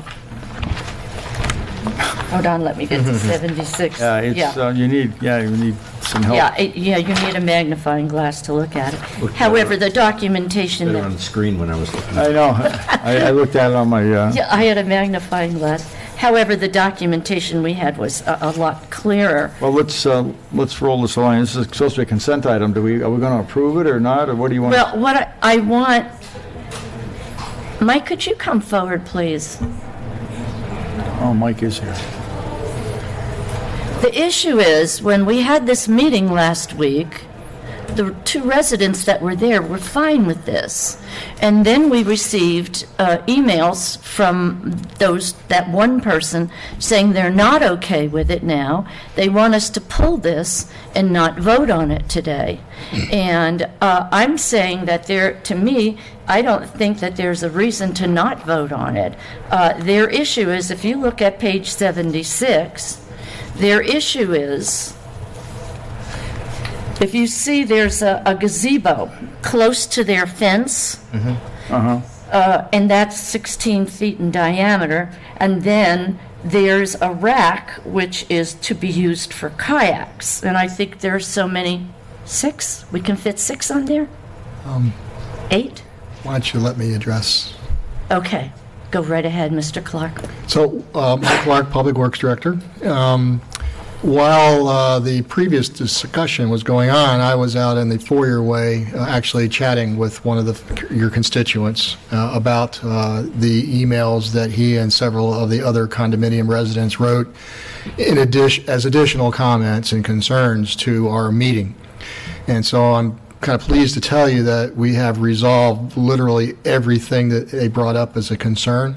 The gazebo, the additional gazebo, and the kayak rack were requirements of a grant that was received for Phase 1. We have worked with the grant manager, and we have resolved the issue tied to those two items. So those two items have been removed and are replaced by a floating dock. And so they considered the floating dock to one of the piers out there to be sufficient as boating recreational activity enhancement. We said, fine, thank you. The parking lot to the west, which was previously for car parking for the T-ball league and whoever else, currently has bricks and stuff on it. That all goes away. We blade it back out again. It goes right back to almost precisely and exactly what it was before I dumped 15,000 cubic yards of debris on it. Back for her. That wasn't Hurricane Irma either. That was our debris. And you did that with Irma too, but okay. Yep. So the west parking lot gets put back the way it was. Those bricks are going down to 8th Avenue for that project, and we'll be out of there to include the chip concrete drop-off point that the county currently has. We're going to take that out of there too. And then the other parking lot, the one that's on, in front of you now, the big issue with the big cost is to pull the surface down 12 inches, level it all out, bring it back up 6 more inches with shell to a reasonable grade level, and then basically mark 14 boat parking spaces with some guidelines to how to get in and out of the parking lot. The big issue with one of the gentlemen was, how much shade canopy and landscaping can we get in there? And the answer is, well, I think a lot. Mm-hmm. And I think we can do well by the park. It may take us a little bit longer because it's not before you in the budget that you're seeing right now, but we have other budgets. We have the parks properties beautification budgets, we have the landscaping budgets, we've got the supplies budget, so there are other pots of money that we can purchase and plant nice canopy, palm shade trees that I think will make everybody happy. I pledged to reach back out to that gentleman when the time comes to talk about landscaping, and because there was some difference of opinion. Correct. And so I'll try to, I will reach back out to them. We'll go down, we'll stand in the parking lot once it's all shelled out and ready to go and say, okay guys, talk to me about landscaping and let's solve the problem together. Okay. And I think that's entirely doable. Great. So all of those concerns are off the board. He was here to speak tonight about his concerns, and he said, Mike, as long as you tell me that you've got this thing, I'm good with it, and I got this thing, and he's good with it. Okay. Those were my concerns. Mine, so I can delete those emails that we got. Yes, you can. Good. Yeah, Thank you, Mike. and the issue is that we purchased this land in 2010, and we started with the rain garden in 2014. That was phase 1, and now the parking lot, which is phase 2, is 2019. It's like we're never going to finish this project if we don't move forward, and so that was my point. Move this consent item agenda, and I will finish. I want to approve this consent agenda item. That's what I was going to ask. Okay, so that's the good news of where we are at. Okay. Thank you, Mike. Thank you. All right. So, unless there's any other comments, do we get a motion? I guess it would be your. Do I have to make a motion? Absolutely. I have to make a motion? Yes. It's a consent agenda item. Yeah, it's a consent agenda item. Make a motion that we. To accept the consent agenda. I make a motion to accept the consent agenda as written. Second. We got a motion and a second. Could we have a roll call vote, please, City Clerk? Vice Mayor Finnerty? Yes. Commissioner Izzo? Yes. Commissioner Frzowski? Yes. Commissioner Pletcher? Yes. Mayor Johnson? Yes. 5-0, motion carried. Okay. We're going to talk about action items now. Action item 5A. I would expect that we ought to hear from the city attorney on this one. This is the secret sidewalk in Passick Row. Ben said he was going to handle it. Oh, yeah, sure. You don't want to wait Sit back and listen to this one. All right. If, Wes, if you don't mind also coming up, I know, Rebecca, if you don't mind putting the one-pager on the screen here. There's a lot of information, obviously. I've put it in your packet. Leonard England is here as well, if you'd raise your hand. He's the attorney for the neighbor, I'm just going to say neighbors on the Gulffront property. I don't know exactly who they are. Wesley Wright is here, who's done a heck of a lot of research on that area.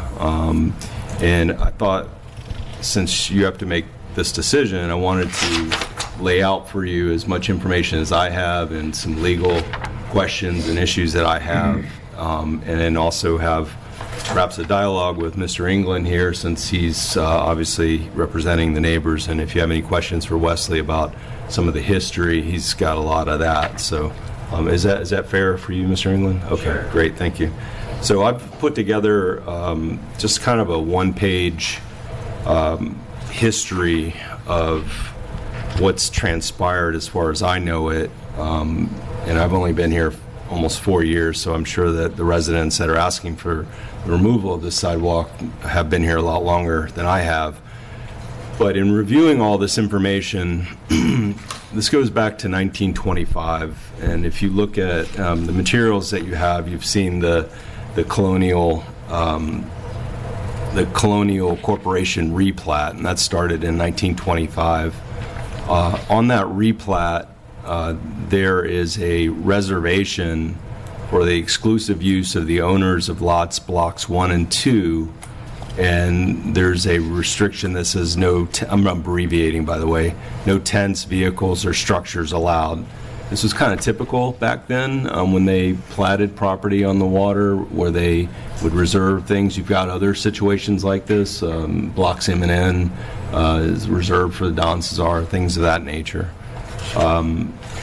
So this put an interest in that beach property west of the sidewalk, a use interest in all of the properties, approximately 50 of them, that are in blocks 1 and 2, and this extends from the beach parcel all the way over to the intercoastal, okay?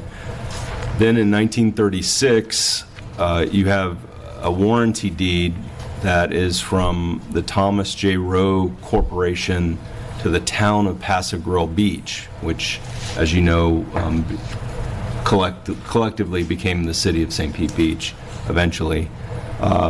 There is a reversion clause in this deed that says that if it would immediately revert to the collectively to the owners of the Gulfront lots in blocks 1 and 2 if any of the restrictions are violated, and those restrictions are larger than the original plat. So the plat had a reservation of no tents, vehicles, or structures, but it gave that use of that beach area to the entire 50 lots or more of blocks 1 and 2.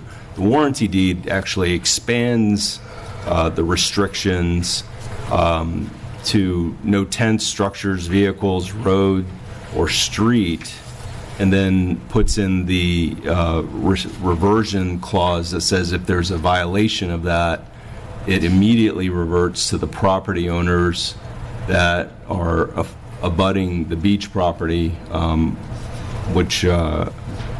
it immediately reverts to them collectively, so they wouldn't each own their slice going out to the mean high water line, that the property would all revert to them collectively.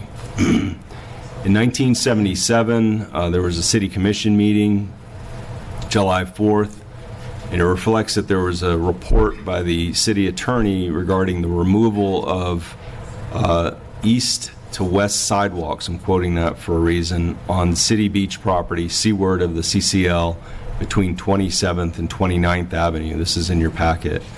And I'll get to the east-west in a minute, but this is one of the points where immediately after that, on July 12th, there is a letter from Joseph Lang to Attorney Gerald Colon, who, I may have misspelled that, I apologize, who's referencing the July 4th meeting in a discussion, and he goes through his analysis and summary of the history and title of the property west of blocks 1 and 2.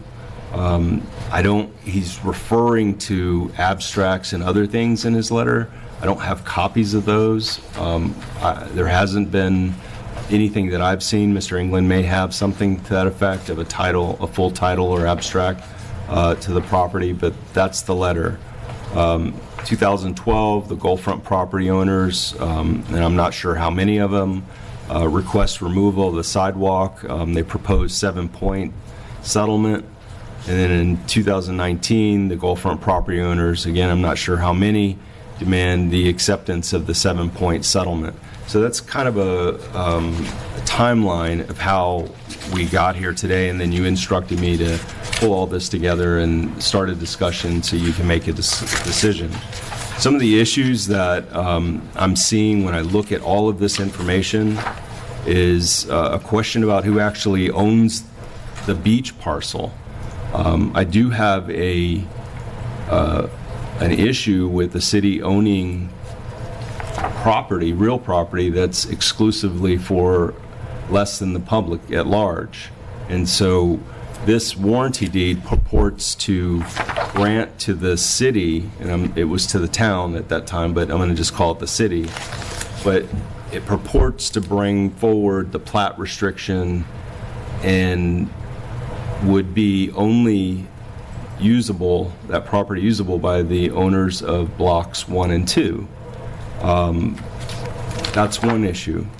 The other question is, did the warranty deed exclude or divest all of the non-Gulf Front property owners from that? So they're not really mentioned. The non-Gulf Front properties are not mentioned in this warranty deed. Again, this is not a tax deed. This is not a special warranty deed. This is a straight-up warranty deed, which says Thomas Rowe Corporation, I own everything here. I'm passing it on to the city. So there's a question about whether or not that divested the non-Gulf Front property owners. And then whether, I really don't know what happened between, it says the Thomas Rowe Corporation, formerly Colonial Corporation. So something must have happened between that corporation that platted it and the Thomas Rowe Corporation. I know in Mr. Lang's letter back in '77, he references lack of payment of taxes, and that the city initiated a lawsuit in county court, but it was settled. And I presume that the warranty deed is the result of that settlement. In lieu of foreclosing on the property for lack of payment of the taxes, that this warranty deed came about. The other question is who would it so if we don't truly know whether this property was deeded to the city for the public at large, or whether it still contains that reservation for blocks 1 and 2, the question becomes who can activate that reverter. So is it just the Gulf Front property owners that can activate the reverter? Is it anyone in blocks 1 and 2 can activate the reverter and say, what I mean by that is file a lawsuit and say, back in '77, they talked about it, and we told them that the sidewalk is a structure or a road or a street, and that there's vehicles on it, and therefore it immediately passed. It didn't require any kind of negotiation, that it immediately passed. So there's a question in my mind about who really has that right. So someone, because there is a reverter in there, someone has a potential future interest. And the future interest for sure would be the, I guess it would be 18 Gulf Front lots. They have a future interest because if that reverter actually happens, it goes directly to them in fee simple or in collectively. So I have a question about the validity of the warranty deed in and of itself. The reservations are not aligned with each other. The language is not aligned with each other. Even the type of uses have been expanded that you can't do on it. Talked about the reverter, who owns the property west of 29th. 29th is the road that was formerly 17th. Mr. Lang brings up a good point that says, if you look at the legal description in the warranty deed, it talks about the property west of blocks 1 and 2 and west of blocks 2, but it doesn't mention west of 17th Street. So even Mr. Lang mentions that if you take 17th Street, potentially the Thomas Rowe Corporation still owns that, potentially, because the legal description in the warranty deed doesn't mention what's west of that street end. So there's a problem there.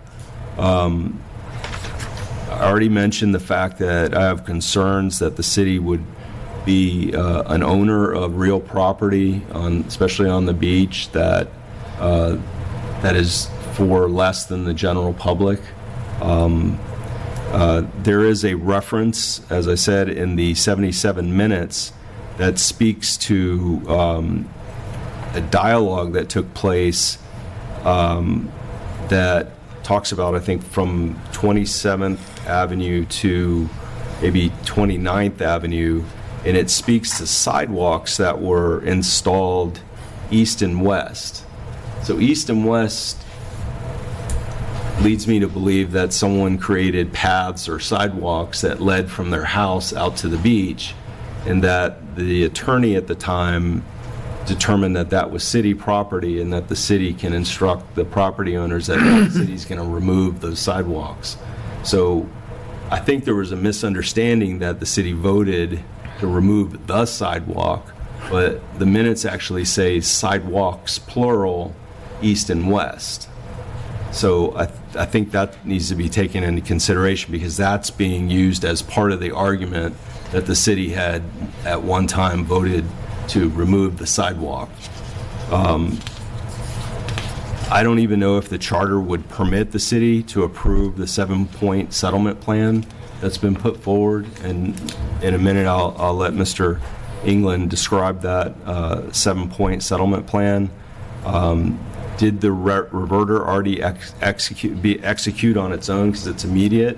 Well, there's two things that's being argued here. Is one, that the sidewalk is a street or a roadway based on definitions of today, under today's statute, not on the sidewalk as of when it was put in. The other one is vehicles. So as to the sidewalk, we've provided you some photographs and some other documentation that leads me to believe with a fairly high level of certainty that that sidewalk was in place at the time of platting. And Wesley Wright has pulled some remarkable property cards that, and also insurance maps that go back to when the houses were built and also to the 40s. And you can see in some of the photographs that the sidewalk was there. He's even identified what we believe is one of the houses that was built originally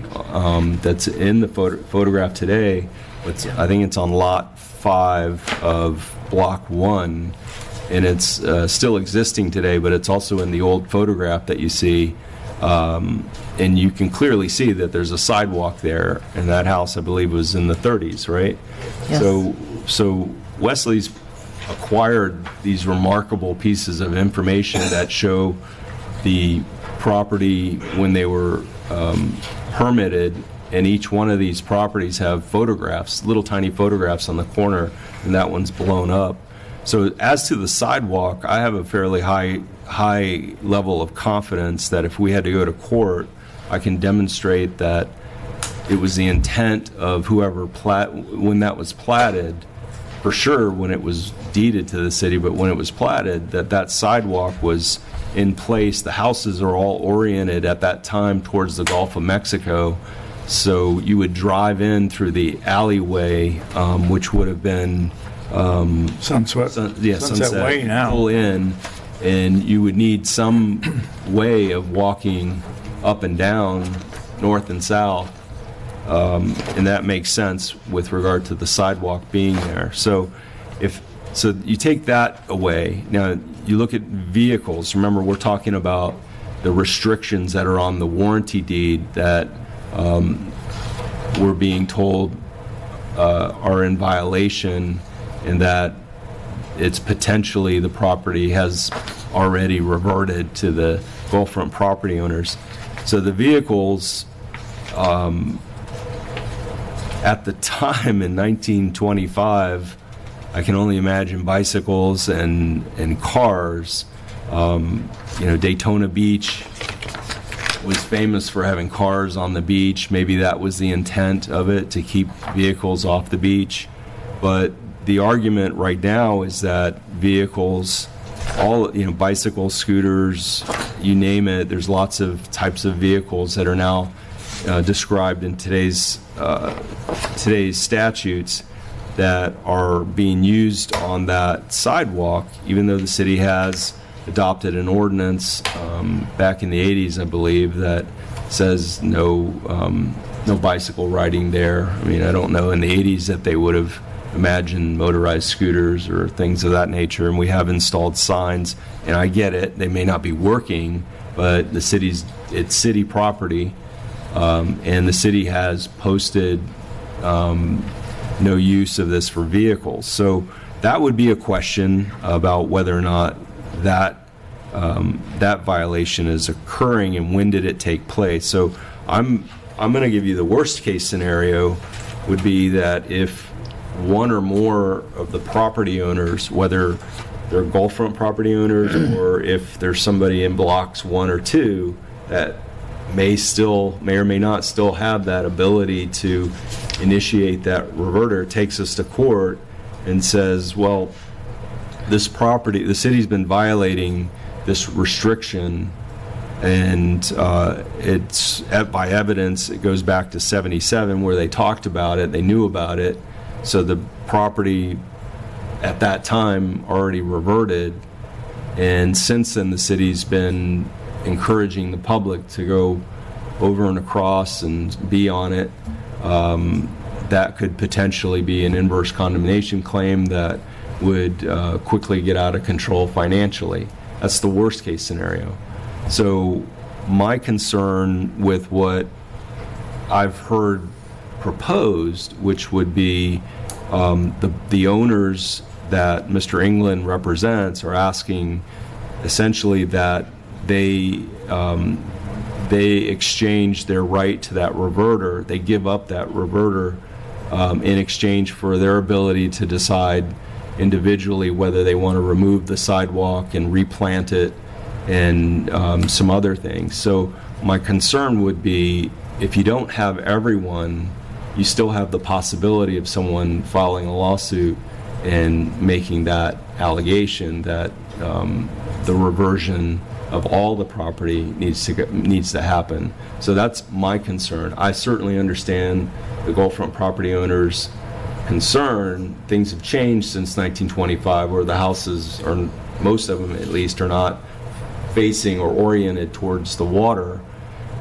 But as your attorney, I'm concerned that if you don't have all of them, then you still have a potential, albeit the numbers are less, that reverter could be executed at some time or another, even though a portion of them may say, all right, we'll give you a release of the reverter, we'll never do that as long as you remove the sidewalk. So I do have concerns about individually removing the sidewalk. I think that it's still city property. Remember that, even if you remove the sidewalk, it's still city property. I think it's not appropriate.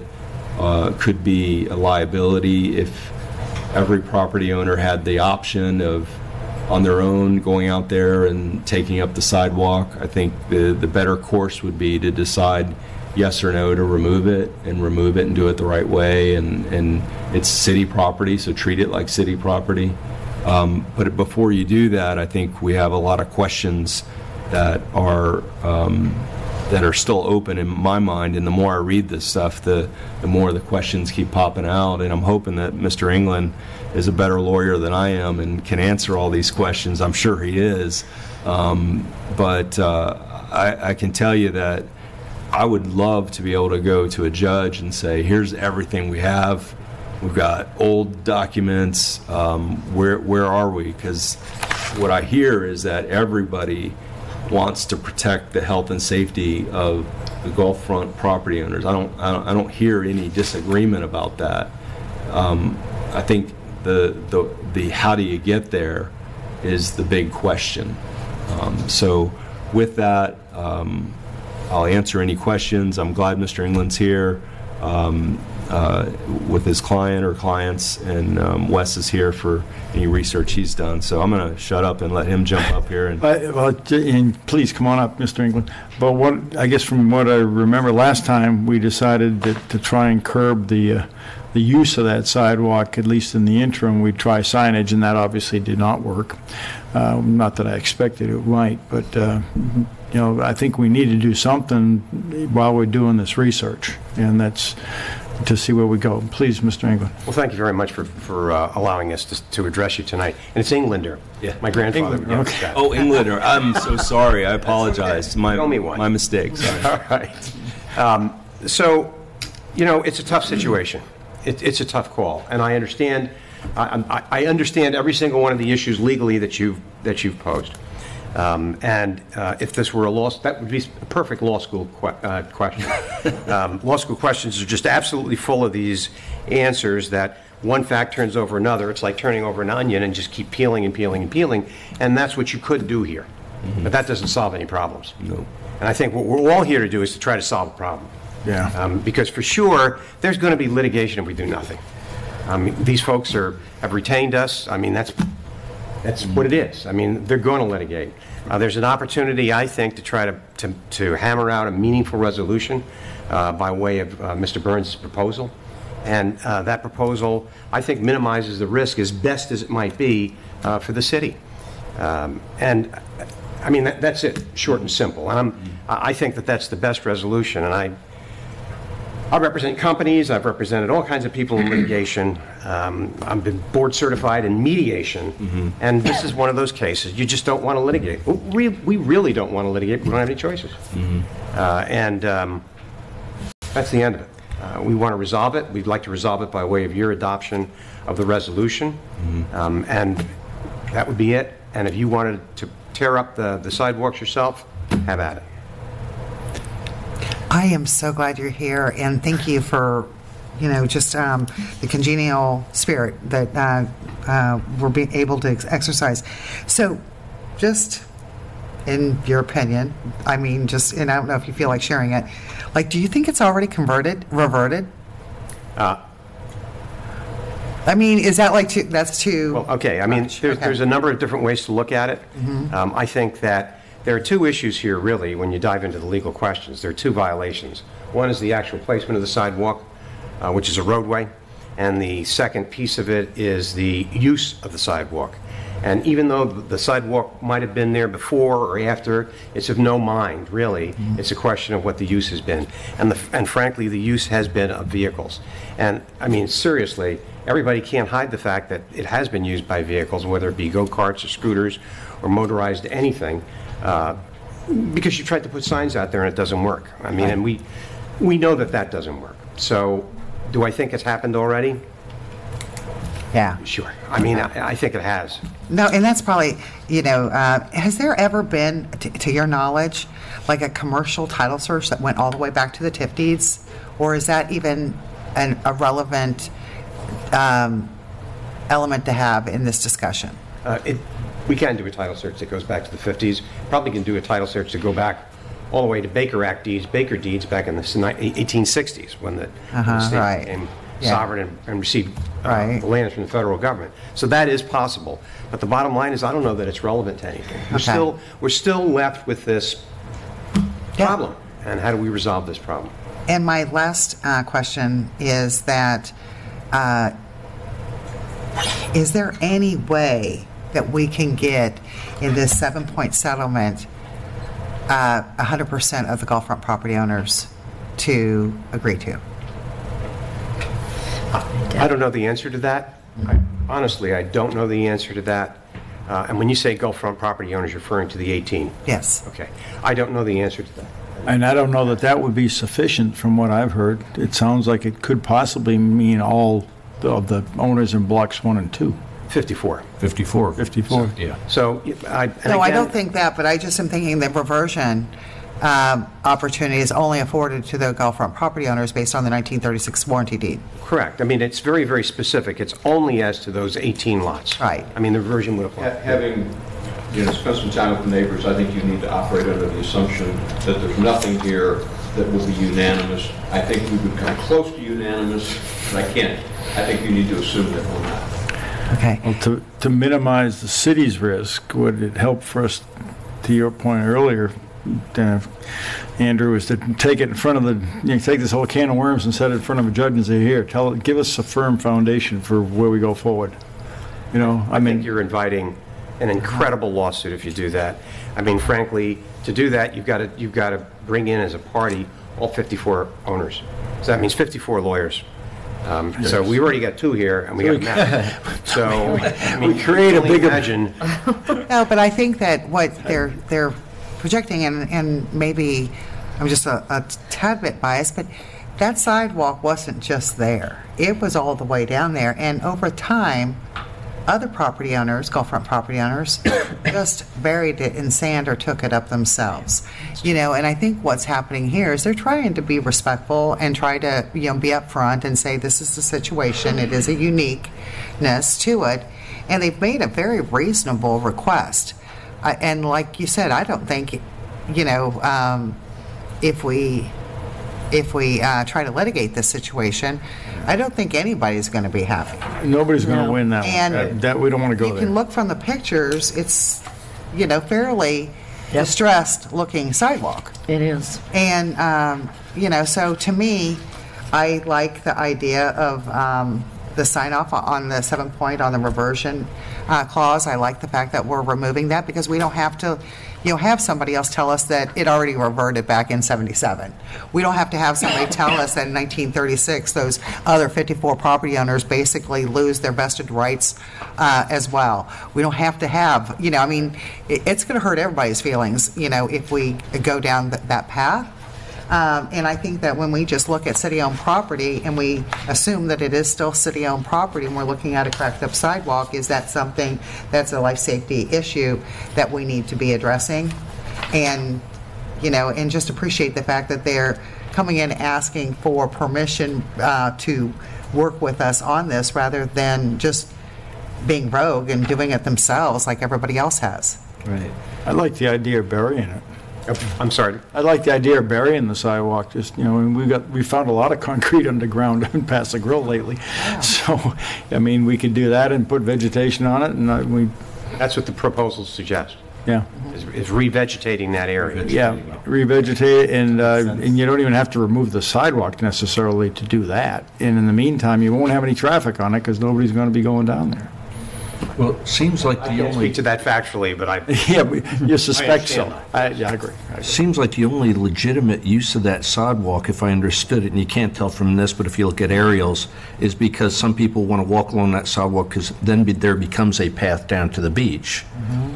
Could the city not look at doing, and I think you voiced that no one's against it, doing some walkovers at 15th, I don't know if 17th is appropriate, or 19th, or... Well, 15th there already is one, 17th there already is one, and what we were looking at is putting 19th is one that there isn't one. 19th is the 30th Avenue that we were wanting. That's 30th. That's 30th, 29th, 28th, yeah.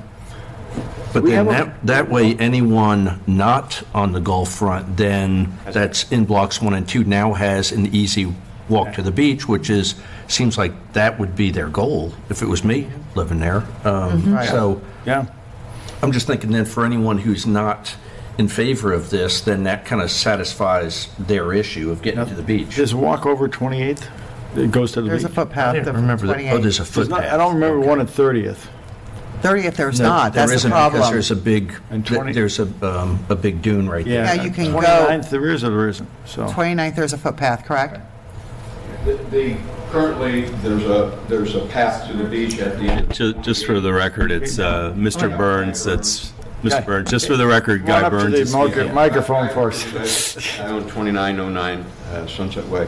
There's a path to the beach over 28th and 28th, at the end of 29th, and there is not one at 30th. Okay. My experience is that all of the neighbors who go to the beach use those pathways. They do not come down the sidewalk and cross onto the beach behind my house or the other neighbor's house.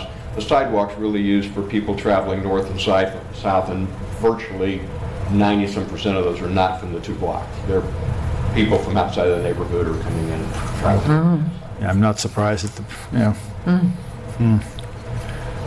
So I mean, one option would be, because best case scenario, the warranty deed divested all of the non-Gulfront property owners, and then it's just city property, and then the city can do what it likes with it.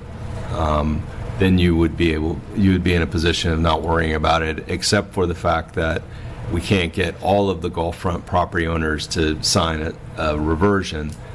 Although the numbers are less, I guess, let's say 80% of them are on board with this. If it's really the vehicular traffic and the danger of that, bury it all in sand, put up a hedge on each entranceway. That wouldn't be a structure. You would block everybody from using the sidewalk. That's I'm trying to think of the least bit of liability under all of the minutia of documents that are, I would like to do more work and look at some of what really transpired, but it seems to me that something to that effect would resolve the problem that the residents are expressing, is that there's just too much vehicular traffic in there. It's inviting people that shouldn't be there, and then if you move forward with Public Works or whoever to, at those street ends, create footpaths through there, I don't know that a whole boardwalk over it might be a little expensive and hard to permit, but a footpath at each end of those street ends would certainly funnel the people that are just trying to get to the sandy beach, with good intentions, versus the people that may have bad intentions that are wandering around behind your client's house. I agree. Sounds well, again, I want. They've been working on this for a long time and trying to get cooperation from the city, and I think this is an opportunity that we have to stand up and recognize what their vested rights are and what our responsibilities are to avoid, potential for lawsuits. And but I think that. How many do you think, just percentage-wise, how many property owners out of the 18 do you think we have? Numbers tonight. Sorry. I want to know. Like 10, 15? I know that more than half and less than all have contributed to the litigation fund. And there may be people who didn't contribute to the fund for economic reasons. Like, I'll give you an example. Mrs. Hurley, who's very elderly, did not contribute to the fund. Now, what she would do if presented with a settlement opportunity, I don't know. But I think the idea of either just taking up the sidewalk entirely or covering it up, and maybe the Public Works people give you an estimate of what is the cheapest and easiest and best approach, but that makes the sidewalk go away and everybody's treated the same. That's an acceptable solution as opposed to the settlement. The settlement was something I came up with as a way to perhaps make something work, but the idea is to have no sidewalk. Well, I like the idea of the settlement that you were waiving your reversion rights, but on the same token, I also not quite sure if you're waiving something that's already been, potentially exercised. Right. Agreed. Awesome. If there are any other questions, I'd urge you to. Would that be acceptable, I guess, to your clients in terms of, rather than doing all 7 points and just simply having the city somehow use vegetation, because I don't want to put a structure on there, it says no structures, but put vegetation enough to keep any kind of vehicular traffic through there, whatever it is, and then even at the same time cover it with sand, and then work towards walkovers, pathways really at each street end that would at least give that sort of relief in there. And it's kind of a good first step in my mind, because then you see what happens, as opposed to getting your wrecking ball in there behind the houses and tearing everything up. You could start with that. I think our first step was the signs, and we knew that didn't work. So this is step 2. I think we ought to bury the damn thing and put some hedges up there and footpaths. Can we? Well, and I don't know how it works with their rear elevations, with their steps and their gates, and how much bearing it can handle, just logistically. So I think that it'd be nice to get our public works guys involved and see if we can't cause some changes there to stop what's been happening. I'd really be proud of our commission for being able to come to a resolution for these property owners after all this time. Yeah. Yeah, I agree. I agree. So are we preventing a lawsuit or not? You are. We are? Yeah, Okay. I'm going to cry. That sounds like sounds like a simple solution. I don't think we've ever had sand that prevented a lawsuit before, but that sounds like a good. That sounds like a good trade-off. We need to. I'll get my truck and go to the hardware store and get the first. Yeah. We get to put, instead of digging a shovel, you get a gold shovel and you throw it Yeah, in. just throw it on the. That's a So thing. what kind of a motion do we need to make on this? As a comment, I'd just like to, Mr. Public Works guy, we'd like to have enough sand to at least allow things to take root. Right. Yes. Oh, yeah.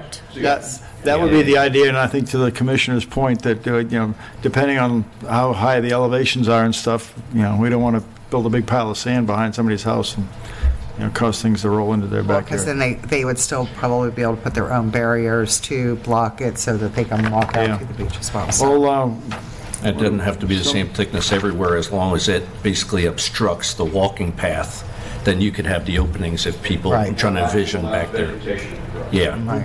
It still allows people to get from your individual house back to your footpath, too. So what do we need to do? Move to get the... Well, I'm hearing a couple of things. One is, and I'll take a stab at it, but you probably want to hear public comment, too. We are going, yes. One would be install vegetation at the entrance of each segment of that sidewalk. Have Public Works cover the sidewalk with sand unless Public Works says that it's infeasible. And then third, look at or start putting in footpaths at each street end. Mm-hmm. How's that sound? And the sand should be sufficient in depth to allow plants to root. If feasible. Yeah. Mm-hmm. Okay, and then I just want to make sure that we understand that the 30th Avenue street end is definitely a project. Yeah, there's lots of the 28th and 29th is not, but the 30th, if you go down there, it's more of a project. I think our crossovers, our beach crossovers are like $25,000, but I think that there's different ways that they like us to do the footpaths. Mm-hmm. Is less expensive, but it still is going to have to go through a permit process and all that. So with that being said, we make a motion to work with our Public Works in order to plant vegetation on the 28th.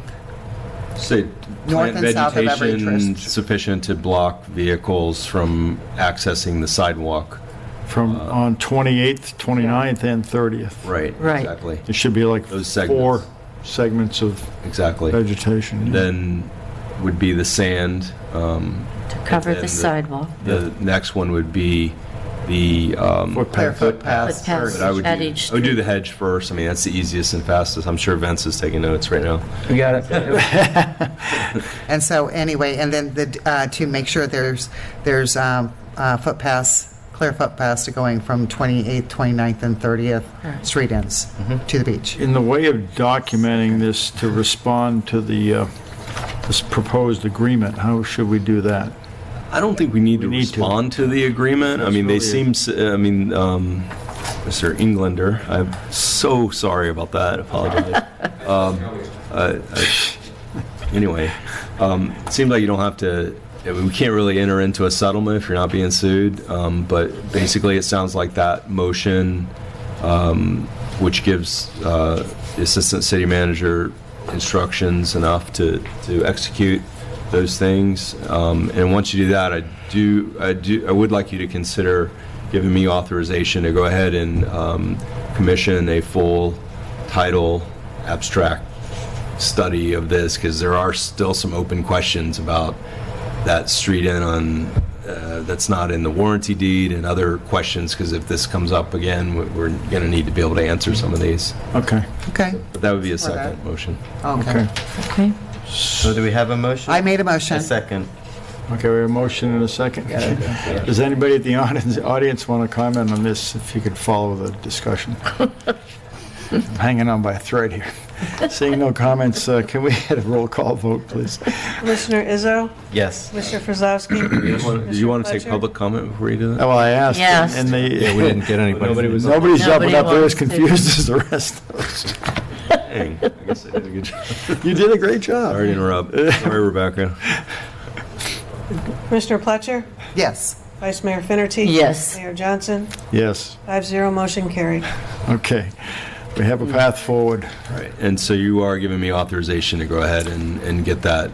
Yes. Yes. Yes. We, do we have to vote on that too or not? I don't think No. Okay, go ahead and. Very much. Thank you. Thank Thank you you. for coming. No lawsuit, right? Mayor? Mayor? I like the idea. I like the idea of burying the sidewalk. I think that's a great idea. It is, get rid of it. Mr. Mayor, can we... I'm sorry, you want to break? Wants a break. Yeah. Okay, we're going to adjourn just for about 3 or 5 minutes here, so we can. Oh, yeah.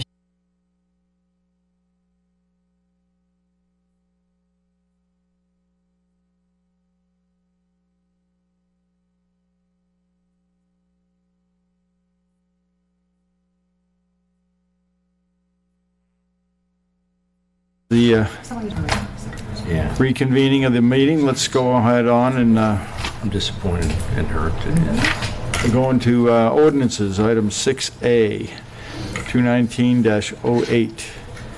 Want to give us a rundown there, City Manager? Sure thing. This is the second reading of the annual update to the capital improvements element of the comp plan. All we're doing here is adopting the CIP that is already in the annual operating budget.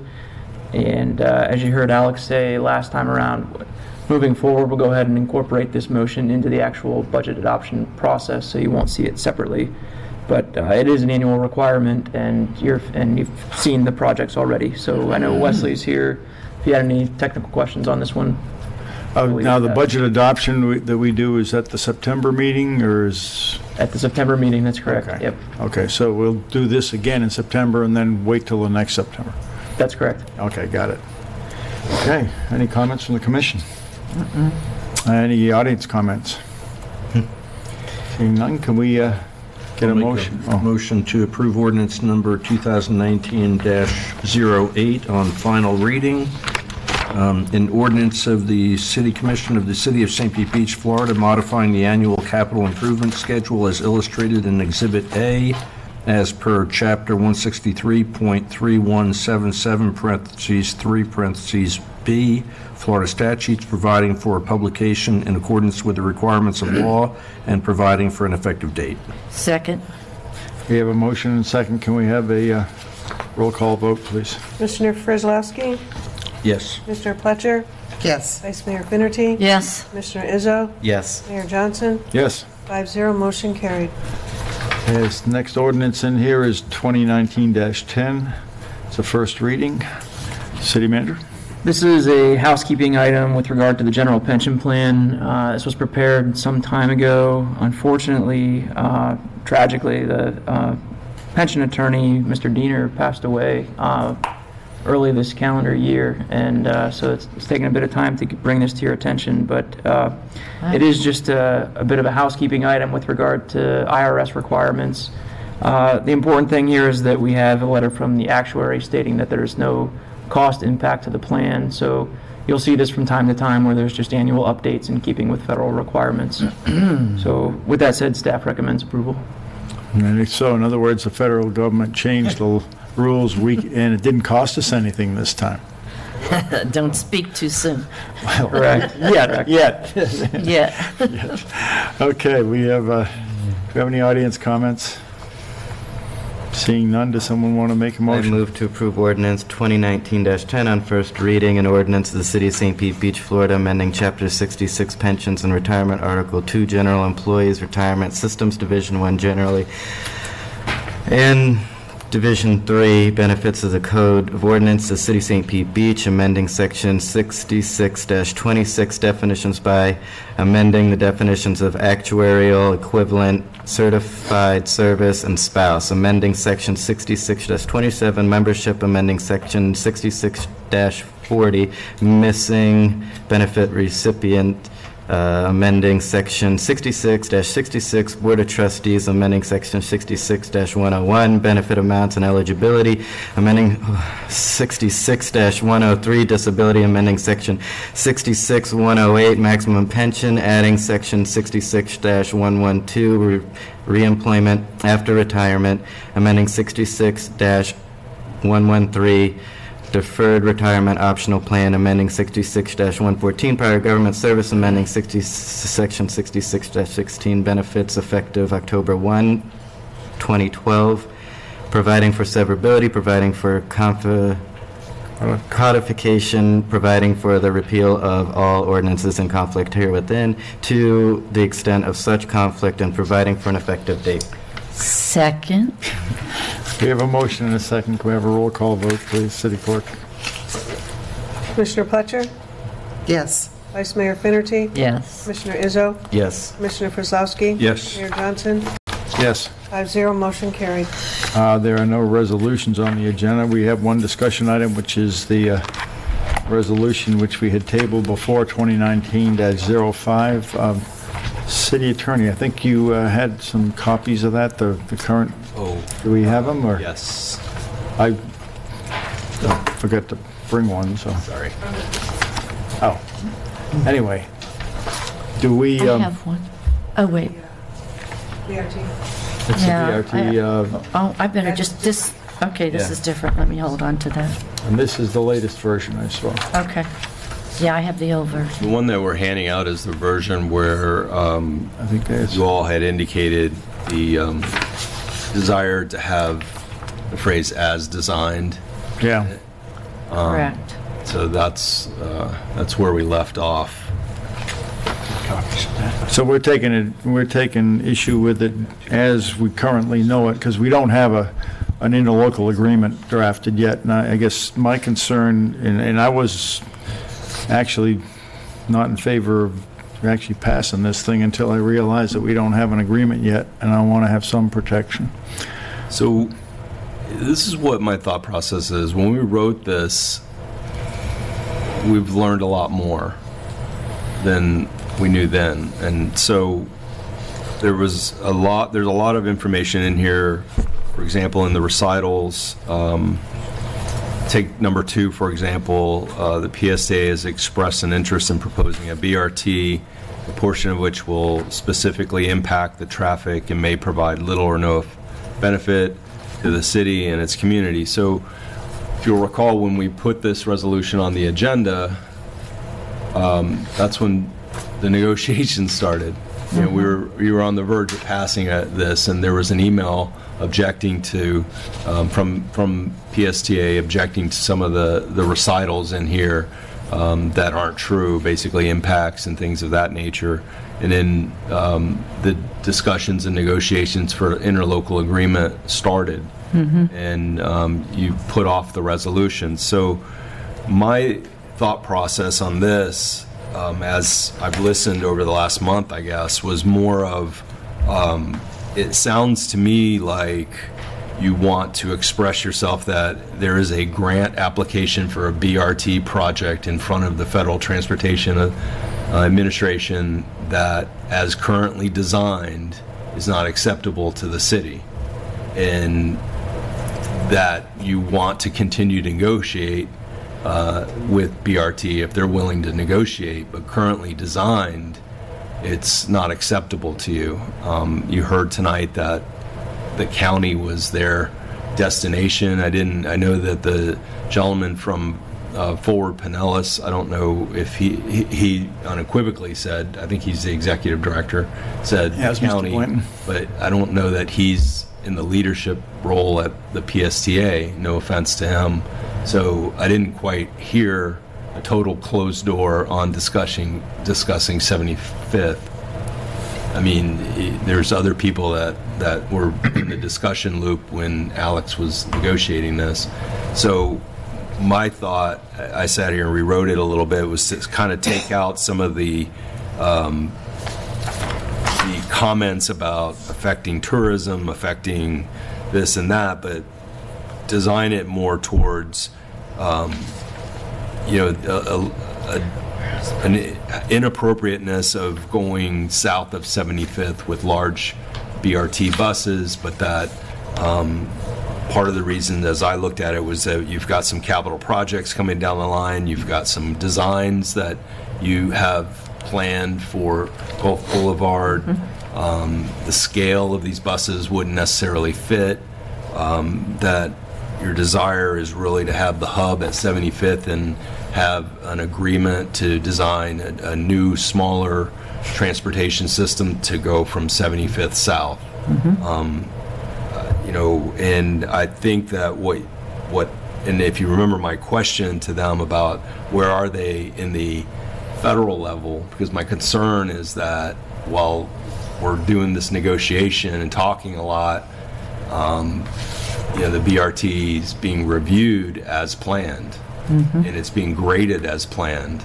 The gentleman did indicate that they conveyed that they were changing it to the county park, but what happens if the BRT program is approved right now and the federal government doesn't even understand that the city is trying to work out a mass transit system that would work for a barrier island city, more or less. So I don't know how to go about doing this. First of all, I don't know how you feel about taking out some of the recitals that talk about burden on local roadways, taxi areas, resources, and infrastructure.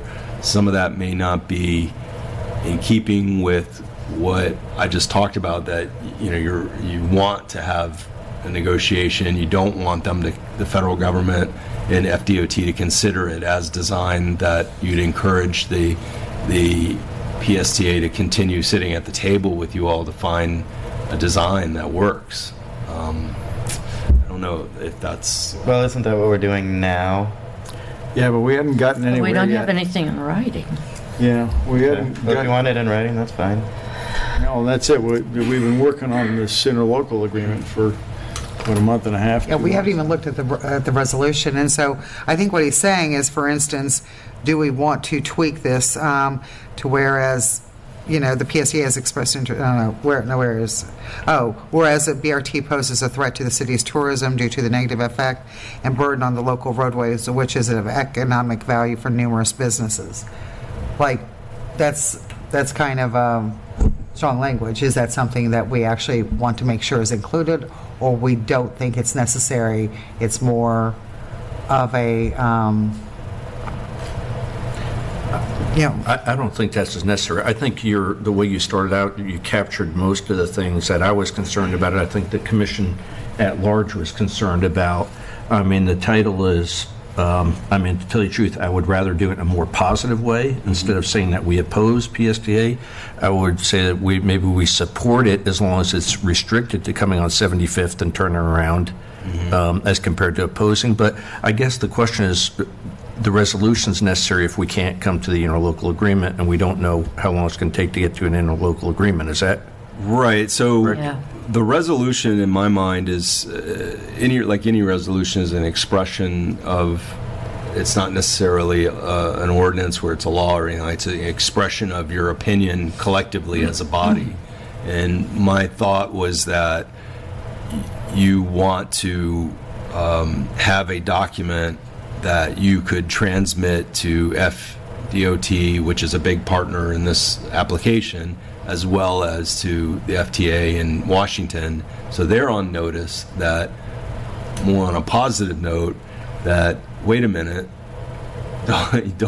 don't issue this grant yet because we're trying to work something out, but at the same time document why you're trying to work something out, because you feel like these large buses are out of scale beyond 75th or south of 75th. I think that's sort of how I rewrote it a little bit. Yeah. I'm hesitant to read you everything that I wrote, but I was listening. You rewrote this tonight as we, okay. Oh, God, I guess you did.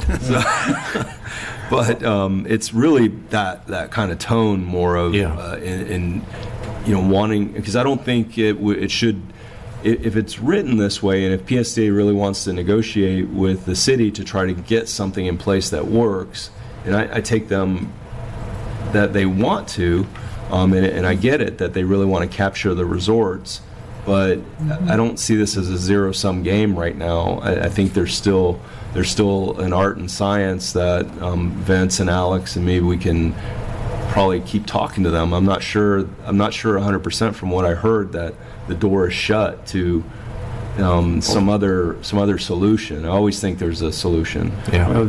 Passing a resolution like this runs it up the flagpole that we don't have an agreement yet.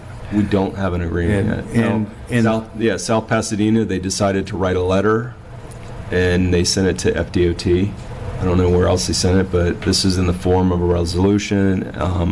In my opinion, some of the language I would definitely rewrite more in keeping with Commissioner Frzelowski's idea that make it more optimistic that currently designed is not a workable solution, a workable design, but you want to find that solution, and you ask the federal government to hold off on making any decisions until you guys can enter into an agreement, unless there's a total walk away from the table.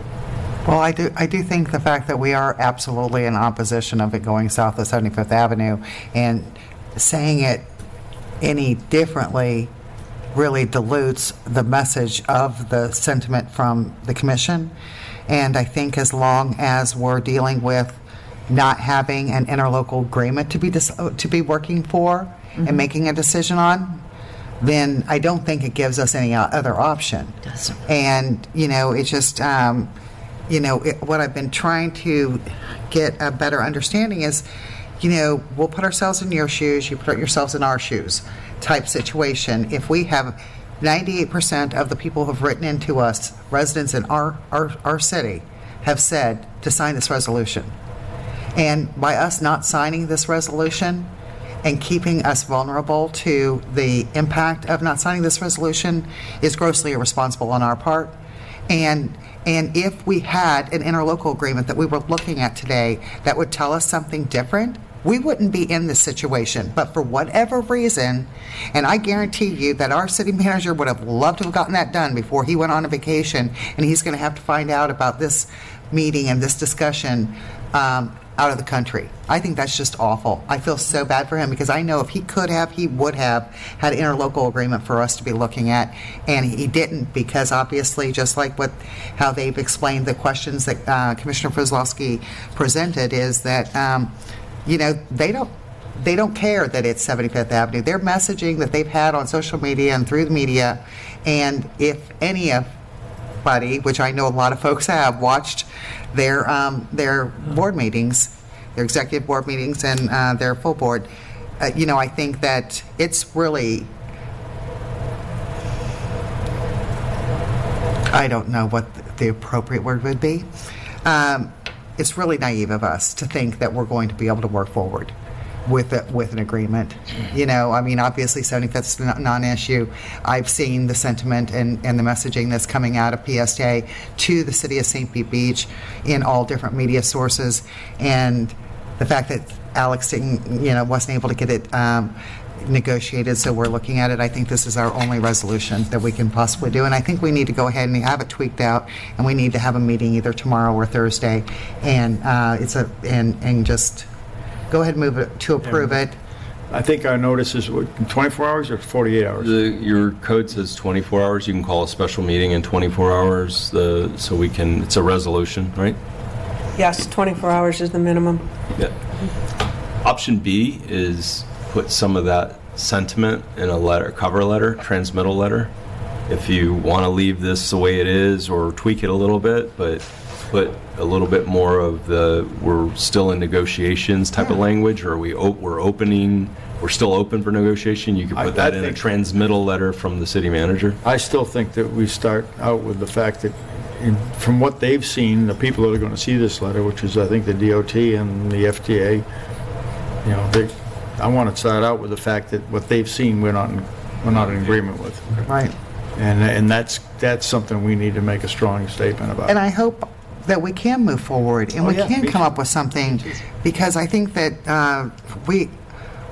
we understand the benefits of public transportation regionally. We just don't see the fit in St. Pete Beach.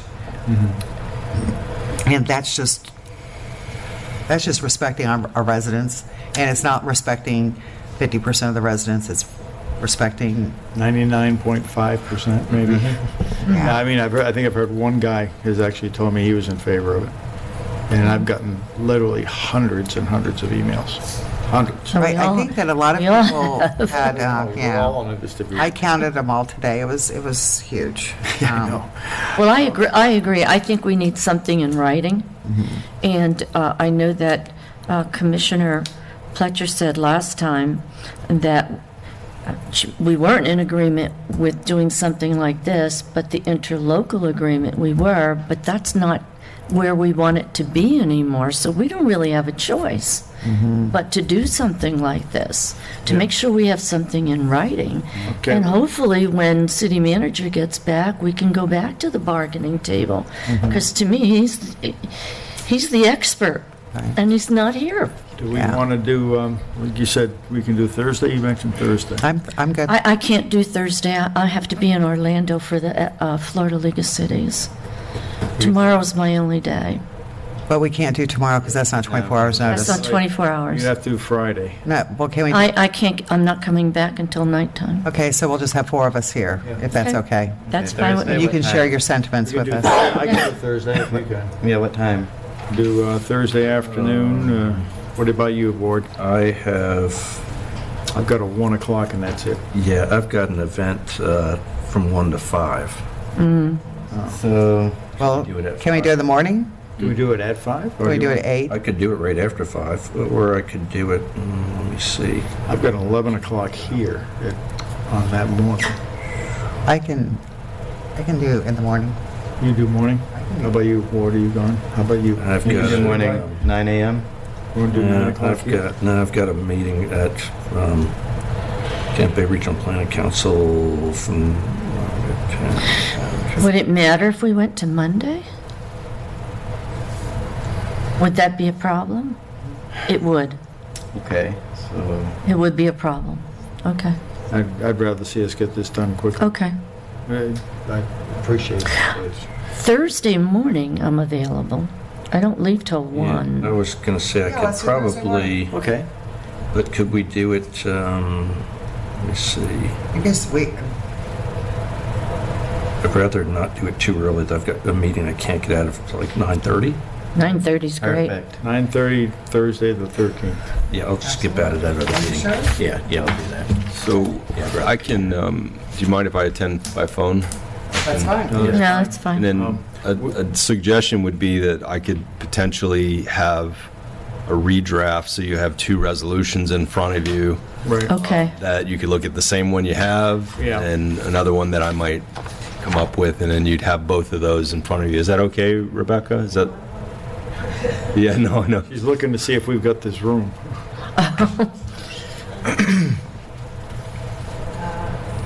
Thursday, the 13th at 9:30. Yes. Yes.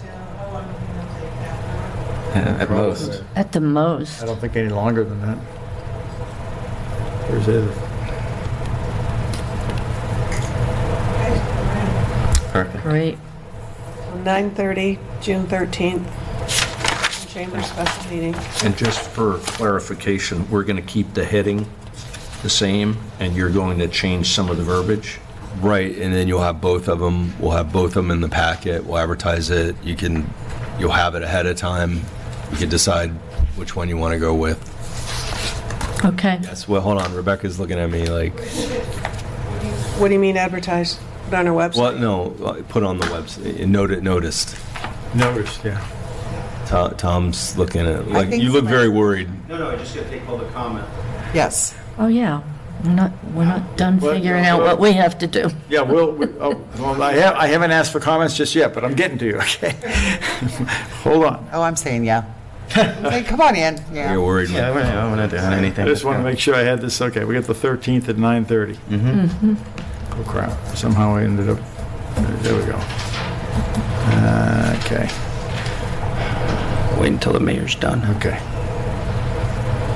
Okay, thank you. Done, thank you very much. Audience comments, by the way. Thank you. Go ahead. Again, Tom Rask, unincorporated Seminole. I'm sure you'll all be pleased to hear that I won't be here Thursday, 9:30. Right about that time, I'll be getting off a plane in Copenhagen. But they have free Wi-Fi at the airport, so I can live stream it. If you just stop putting this topic on your agendas, BRT, then I promise to stop coming to your meetings. This has been a long, journey on the BRT. Since I think October 2016, and I'm glad you're arriving at this point. I personally would have preferred if you took the BRT out of St. Pete Beach. That was an option that was discussed previously. I realize that there's no support for that. I just wanted to point out for clarity, City Attorney Dickman had mentioned a letter from South Pasadena. Yes, they did send a letter last year, but they also did pass a resolution. Yeah, they did. And I have a copy I can give you. That'd be fine. I haven't seen that. Yeah, I'll give you a copy when I step away. So just to be clear on that.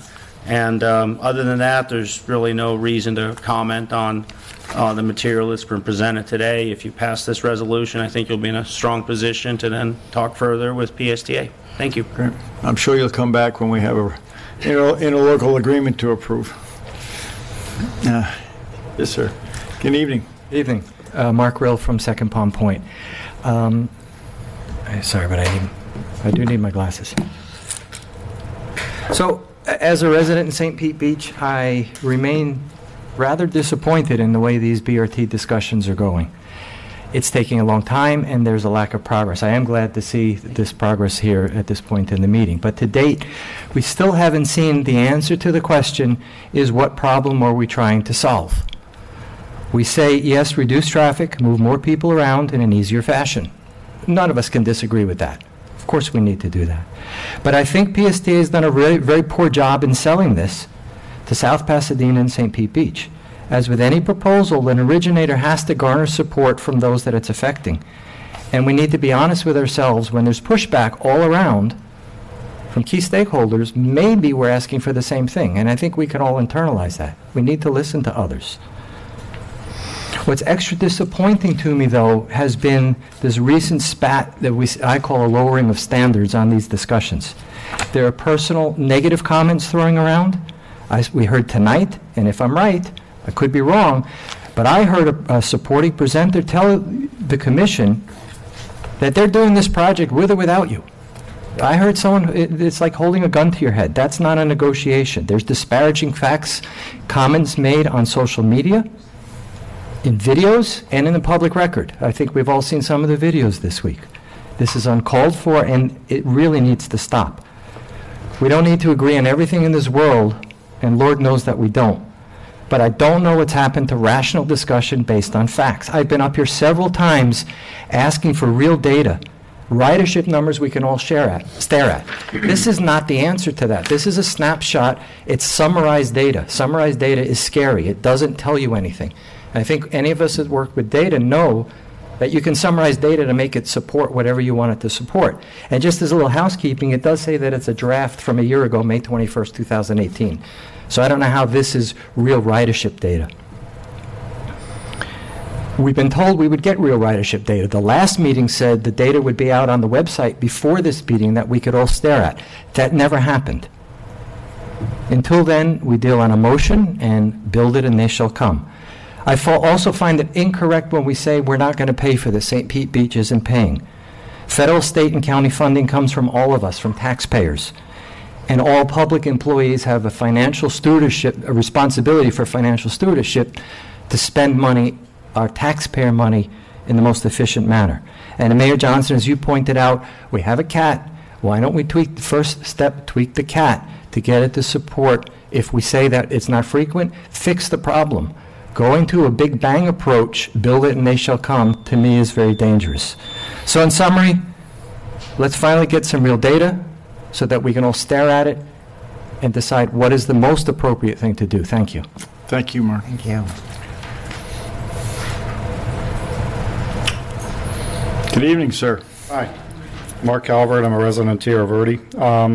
Just to fill in a few blanks, I've actually read through the PSTA's FTA application, as well as some of their submissions to the FTA for National Transit Database.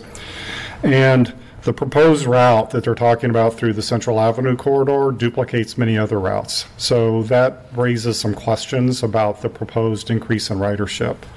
It will largely, common sense tells you that it will largely cannibalize ridership from the other routes. Okay, maybe more, maybe a little bit faster, and so forth. But it's, there'll be, you're not going to get any more people here in St. Pete Beach to live, work, and play, necessarily, right? Okay. Then part of the ridership they're talking about is about, if the new riders do materialize, up to 1,500 new people riding the bus a day. Okay, well, you can do some math on that. Divide 42 million divided by 1,500. That's a big number. That represents a new car for each of those new riders. Okay, now I realize that's not necessarily an engineering or transit number, but that's a sniff test number that tells you whether this is really a proposition that any one of us would make. Is a valid business proposition. And while all this is going on, PSTA is losing ridership. This is in their National Transit Database submissions. They are increasing their operating expenses. The CABRT will add another $1 million a year in operating expenses. That's in their FTA application. Okay. Between 2016 and 2017, they increased their ridership, or they decreased their ridership, but they increased their operating expenses by $7 million. Why is that relevant? They're nearing insolvency. They're already using capital reserves to pay operating expenses. We're all going to pay for this. There's $42 million they're going to commit to, $20 million from the federal government. It's just not well conceived when you get down to it. And we're all at risk as taxpayers across Pinellas County to pay for this in about 3 to 5 years when it all comes, when it's not working. So that's just some of the additional background, that in terms of the benefits here that are really at question in my opinion. Thank you. Thank you. Anyone else?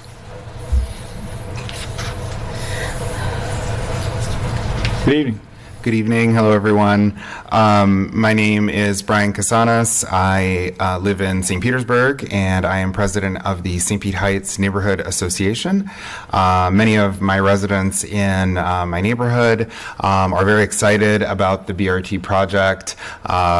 We are excited to have an easier way of getting to the beach, a faster way of doing so, not having to search for parking, which can sometimes be a problem, things like that, and being able to support the local businesses here, which we love, right?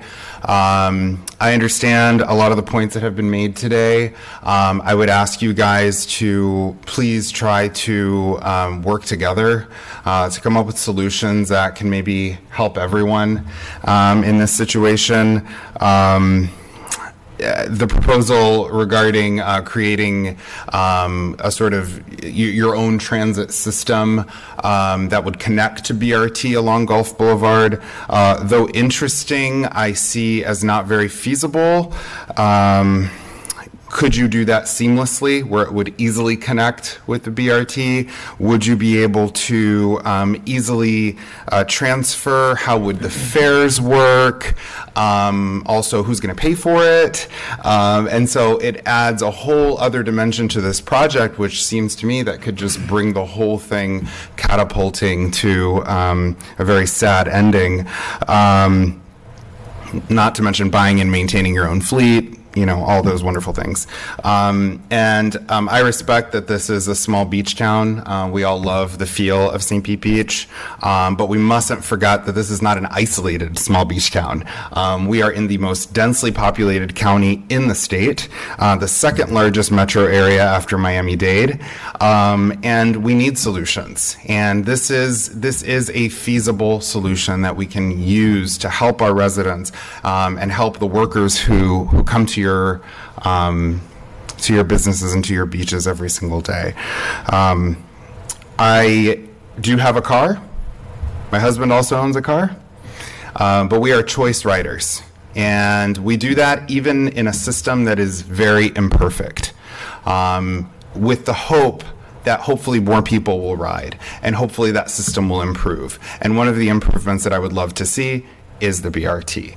I understand we have a lot of people talking about SOS, Save Our Streets. I propose a different solution. How about SOS, Share Our Streets? Thank you. Thank you. Someone else?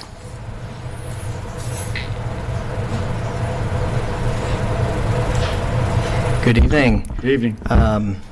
Getting pretty late. I want to say that I've thoroughly enjoyed the discussion about the sidewalk. I've actually learned so much about local government by observing that discussion, and that's very interesting. It's very interesting how to see that progress. And being here a month ago, we didn't get your name and address. Oh, Anthony Close. I'm a resident of St. Petersburg. Okay. My address is 930 Central Avenue, which also brings up an interesting point. I do live along this route, and I am, like Brian said, a choice rider. So I do take the Central Avenue trolley on occasion. I think that's important to say because, one of the kind of interesting things that have come with people supporting and being against this project is, like I think a lot of you has said, you do support mass transit. You just do support public transportation and getting people around in other vehicles other than cars, right? I think a lot of the arguments we've heard today have been not only against, the Central Avenue BRT project, but against mass transit and public transportation in general. And I just want to counter actually one of the comments about that came up previously. PSDA's total passenger trips, according to their April 2019 report, are actually up 4.9% current month over current month from last year. Fiscal year to date, from this year to the prior year, they're actually up 1.1%. So the fact that they're somehow plummeting is not happening. You can look up these. They're actually, I literally Googled it while I was sitting there just to confirm his numbers, and it's just not accurate. You may be able to go 5 years back and see a decline, right? Public transportation is pretty tied to gas prices and people being able to afford on their own getting around, right? And so I support this project because I think for many people, and like Mr. Mayor, I may have been the one person who emailed you who supports this, and you did respond, I think, so I do appreciate that. I think, Vice Mayor, you also responded to my email. But I think for a lot of people, this project represents more than just a bus line. It's access to job opportunities. It's access to freeing up spending for other things in their life. It's saving more time from the Central Avenue trolley to the BRT project. That means more time with families. I think Ms. Fox stated it perfectly in that respect. So I really do hope you come to an agreement with an interlocal agreement with PSTA, and I hope that we're all able to come to a compromise that everyone can benefit from. But I do think passing a resolution against this project is the wrong way to go. I think that sends the wrong message. I understand your arguments about protecting your city. But I do think it's the wrong message. I think there's a lot of people out there who don't follow local government who will see that and not understand, I guess, what county attorney or city attorney was saying, won't understand the purpose of that amendment. They'll just see that the city of St. Pete Beach passed a resolution against this project and think that, the project should be canceled. And I thank you for, your time, and I hope you do not pass the resolution. Thank you. Anyone else? Okay. Since we don't have any more comments from the audience, I think we figured out what to do with this. Yep. We don't have to vote on it or anything. So. Nope. Okay. So we will see you Thursday on this one. But thanks everyone for your input. That concludes the major portion of the agenda. We're down to staff reports. City Clerk, I want to welcome you back. Yes. Thanks. Now, it's good to have you vertical again, so let's, thanks. Do you have anything to report, or are we... I don't have anything tonight, thank you. Thank you. City Manager or Assistant City Manager? I do have a couple things. Yeah, thanks. Go ahead. I think Alex may have mentioned this to some of you, but a while back, Wayne and I had started to evaluate the city's procurement policy and procedures, and Alex and I have taken a closer look at it since then, and come to find out that there's one inconsistency in particular between the procurement policy and the Code of Ordinances, and it deals with the threshold for approval of expenditures. And so back in 2011, the City Commission approved increasing the threshold for authorizing expenses from $10,000 to $25,000, and that's been on the books since 2011. It just wasn't implemented since that time. So moving forward, we will implement it, and so you'll see, hopefully, to the extent that we don't spend up to $25,000, you'll see fewer items for authorization on the City Commission agenda as we get that procurement policy updated. So that'll be a change that we'll move forward on here soon. And I also want to discuss the budget calendar. So Alex's schedule, leaves the budget calendar a little bit subject to revision this year. He mentioned previously that we would be publishing the budget the second week of July. And the milestone we need to keep in mind is that at the second meeting in July, July 23rd, we'll be asking you all to approve the millage rate for fiscal year 2020. So I think we just need to schedule a workshop the week of July 15th, and we'll need to have a workshop with both the Finance Committee and the City Commission that week. So I believe, Rebecca, if I'm not mistaken, we have already on the 18th a workshop on the Commission calendar. Is that correct?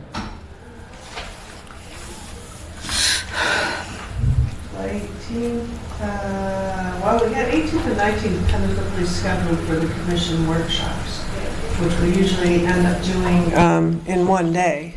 Okay, so I didn't have that. So the 18th, so you could squeeze in the Finance and Budget Committee earlier that week then, right? So my goal would be then to meet with the Finance Committee between the 15th and 17th, between Monday through Wednesday, and then if the 18th works for everyone, we would try to schedule the budget workshop with the commission on that Thursday. Well, I would, I think there needs to be time, because I know, I watched the Finance and Budget on live, on Streamline or whatever, and it'd be nice to have at least a day to process all of that before we have ours on the 18th, especially when we squeeze it into one day. I think that's a lot to, kind of get through. So I would prefer to have the budget and finance meet on that Monday or Tuesday, so we have that 24 hours to be able to talk to our finance people, board appointees, and just watch the meetings and be able to make good decisions on the 18th. And the other thing I wanted to say, on your first item, was with that new process, at what point is there some sort of a how do we know how many of these up to $25,000 expenditures just happen, and where they're going to, and all that kind of stuff? At some point, if we oversee, our budget, and all of a sudden, as long as everything's staying within the guidelines of the allotment per department per thing or whatever, is there any additional scrutiny on the, the individual expenditures? Well, is that something this finance board does, or they don't really do that? They don't get into that level of detail. We could certainly provide it. I mean, I can provide in my quarterly budget update to the committee. In fact, we just started sending this out to the commission as well. But I could provide some type of report that indicates maybe individual purchase orders up to a certain threshold, if you prefer that. I don't know. I was just thinking that, this is something new and different, and yeah, but it was something that was already approved. It just wasn't enacted, but it's already a thing.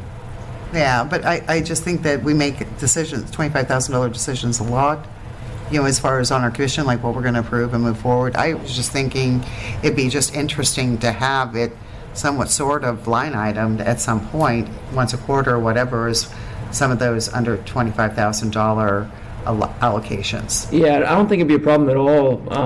Just to give you some familiarity and maybe give you some comfort. And I mean, it is a potentially big change. Although it was previously approved, the magnitude is obviously pretty significant. So what we could do is, on the quarterly report, I could just indicate however many purchase orders we authorize between 10,000 and 25,000 to give you some sense of how much of a change took place in the quarter. Yeah, that would be good. I think Yeah. that would be good. Perfect. I mean, this change is pretty common among cities. I think our $10,000 limit was a holdover from probably 30 years ago. Oh, okay. And so, yeah, most all cities have changed since then. I was kind of surprised because Alex brought this up to me before he went on vacation, so I'm not, surprised this is coming up. And I was kind of surprised we were at a $10,000 limit because you need to be nimble. I mean, construction, I just think of construction. I see other cities when I'm doing projects and change orders are being held up because of that. You actually spend more money because you got to wait because the contractor's saying, if you can't get this passed for another 3 weeks, I'm going to charge even more. So it's just a matter of being a little bit nimble. Sense. Oh, yeah. Okay. But I like his idea of just to give you a flavor so that we all have a comfort level just for the next few quarters, start to see what would those be, Right. so that you can kind of see it. And then that Just give us a laundry list of what stuff you've authorized, whether it's 10,000 or 30,000, or 25, up to 25. Stuff that we haven't had to look at. Okay, yeah, I don't think that'll be a problem at all. I think that's a good idea. Then we can see. We just do it for a couple of, quarters, just to And then kind see. of- Yeah. Okay. Sure thing. Sounds good. So we're tentatively scheduled for the July 18th and 19th. Yeah. Should we be blocking out both days just in case? Well, I think The whole day? I think the last couple of times we did get through it in one day. Yeah, but we start, 9 to about Well, I'm not available at all on the Start at 18th. 9:30. Really? Yeah, we start at 9:30. You're right. Yeah, 9:30, you're gone. What about the 17th? Or the 19th? I can do the 17th and the 19th, just not the 18th. Okay. So should we do 17? Rebecca, can we do it on the 17th here, or? The only thing about the 17th is that kind of Yeah, it doesn't give us much time to get. So the 19th, is that, you guys are okay with that, or no? Fortunately, I'm good for Well, 18th and 19th. If we want to take a chance on getting it done in a day, which we seem to be able to do, the 19th works for me. We just do it that Friday. Why don't we just start a little bit earlier on the 19th then? Instead of starting at 9:30, why don't we start at? Right. 30. Yeah, 8:30. 8:30 on the 19th then, and we'll blow away the 18th. Okay. Perfect. That way you can be there. 8:30 on the 19th, and then we'll try to schedule it with the Finance Committee between Monday and Wednesday of that week. So Monday, the Rebecca 15th shaking her does head not no? work for finance. We have planning board. Okay. The planning board's on Monday that week. Yeah. But that's not till 4 o'clock. July 10th. It's July 9th. You're going to start a finance and budget at, what, 2 o'clock we have scheduled for? Well, no, Oh, we could start that one did that early in the morning as well. we did it. We were doing the same thing as the commission. We were doing it early in the morning, And so it would be something like a 9 to 4, and then the next day 9 to 4. Because the budget, they do 2 days, right? well, yeah, but we used to finish it up in a day. But maybe not. I mean, I swear, we go through it more detailed than we do here at the commission. I mean, they Well, take it apart. you've got that Mary Hacker, chairman. I know she was. We were on the board together for what, 2 years, or at least a year. It was 2 years, I think. Yeah, she's tough. Machine.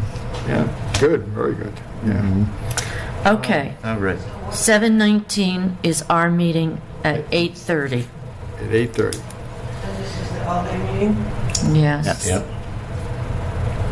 All right, we can leave it at that, and then Yeah, then Rebecca and I can coordinate to get with the Finance Finance Committee scheduled with enough time to give you all a chance to watch their video before your meeting. Good deal. Okay, thank you. Thank you. Thank you. Okay, we got that done. Let's see. Got to make sure with all this changing, I get this all right. Okay, that's being. Eileen will send us a message on Yeah, that. we'll get you everything scheduled. Mm-hmm. Okay, moving along. Okay. Get this right. City attorney? Budget works 8:30, right? I'm taking over Okay, the meeting. next one's the staff report. City attorney, you got anything for us that we haven't heard from already? No, I think I've exceeded my 5,000 word limit that you guys have capped me at, so I'm done. We have a quota. Done. Okay, commissioners, why don't we start up at your end? I'm Commissioner good. Fletcher, you good? We've addressed enough in my district for tonight. Hey, we're gonna. I'm good too. Thank you. District 1, I'll wait to see the best one. Yes. District 1, give us a quick report. If I'm trying. I attended the mayor's council meeting, and... Thank you very much, by the way. Oh, you're very welcome. It was a good one. And Mike Twitty spoke, and I think that we might want to invite him to come and speak with us about some of the 2019 taxable values by the taxing authorities. He said some very, very interesting things, and I don't want to take the time to read them here because they're a little bit long, but we might think about doing that. Let me, when do we get, the city manager, when do we get the estimate? Is it in June? From the property appraiser? We've already received the preliminary we estimate. sent it out. Okay, so we Yeah. get the final in June then, isn't it? Final will be end of June. Yep. Yeah. They are typically in sync, correct? The preliminary and the final? Pretty close. The numbers are pretty close. Yeah. Yeah, usually a couple tenths of a percent, if anything. I guess I was surprised because when I talked with Mike, we were below the county average for the amount that our property values are going up this year. Do we all have that information, by the way? I think you have the report I do have over there. Yeah, he gave it to us. I don't have it in front of me, but I believe the number is 6.7%.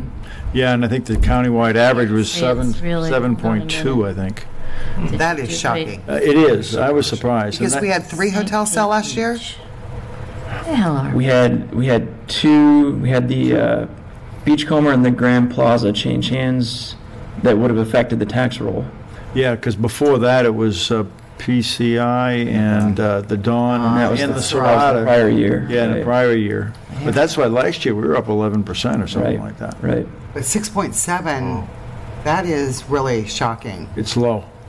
I think it's way low. I mean, I would like to see him come. Maybe we can get him. Let me reach out to him and see if we can get him to come sometime. Yeah, I'm sure he can. He does it to all the cities. He can present there.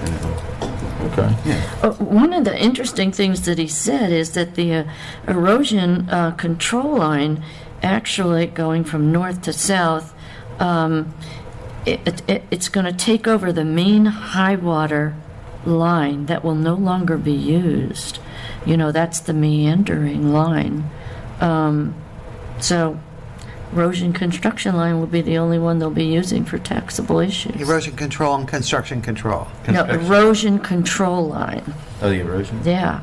That's 2 separate things. Yeah. No. Erosion control line, construction control. Yeah, that we only. Erosion construction. Yeah, he'll be here. He'll be here to tell us all about. All right, but I'll go ahead and reach out to him, see if I can get him to come for.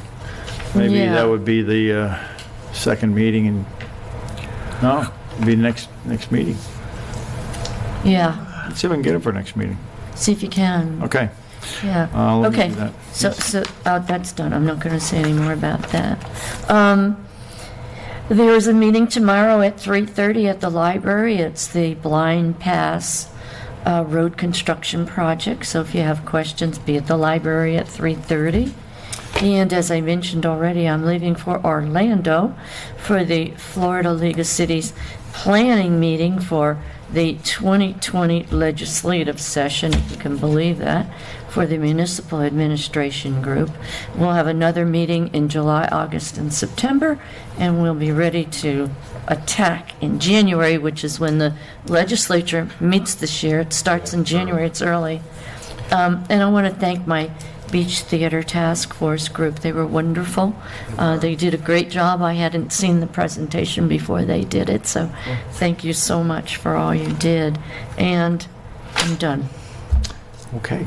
Commissioner Izzo. I had a couple things, but I'll wait for the city manager to get back. But one thing I did get to do was this weekend I went to a conference for the Florida League of Cities, and it was obviously my first one as elected official, so it was very, very beneficial. I learned about structure, function of government, effective councils, techniques, taxes, other sources of revenue, budgeting and accounting, understand intergovernmental relations, Florida ethics law, and the most important, how to well, that was the most important, the ethics, yeah, okay. That was emo 1, right? Yeah. That's the one I'm going Emo to. 1. Yeah, they call it rookie camp. Yeah. So I'm good. Good, he's all set. Yeah. Okay, I only have, well, one thing, I think we need to take another look at the Boca Ciega Isle, that stuff that came up today yeah, about that's I remember looking at that and thinking, and I wrote out there, and they're right, when somebody parks on the north side of that curve, it's pretty dangerous, so I don't know. I was just talking to Commissioner Frasoska about that. I'm like, ooh, nobody could hang it down and pass a grill if that's a problem, because I drive that all the time. Yeah, everywhere, There's especially just the beaches. curves and turns all throughout the city.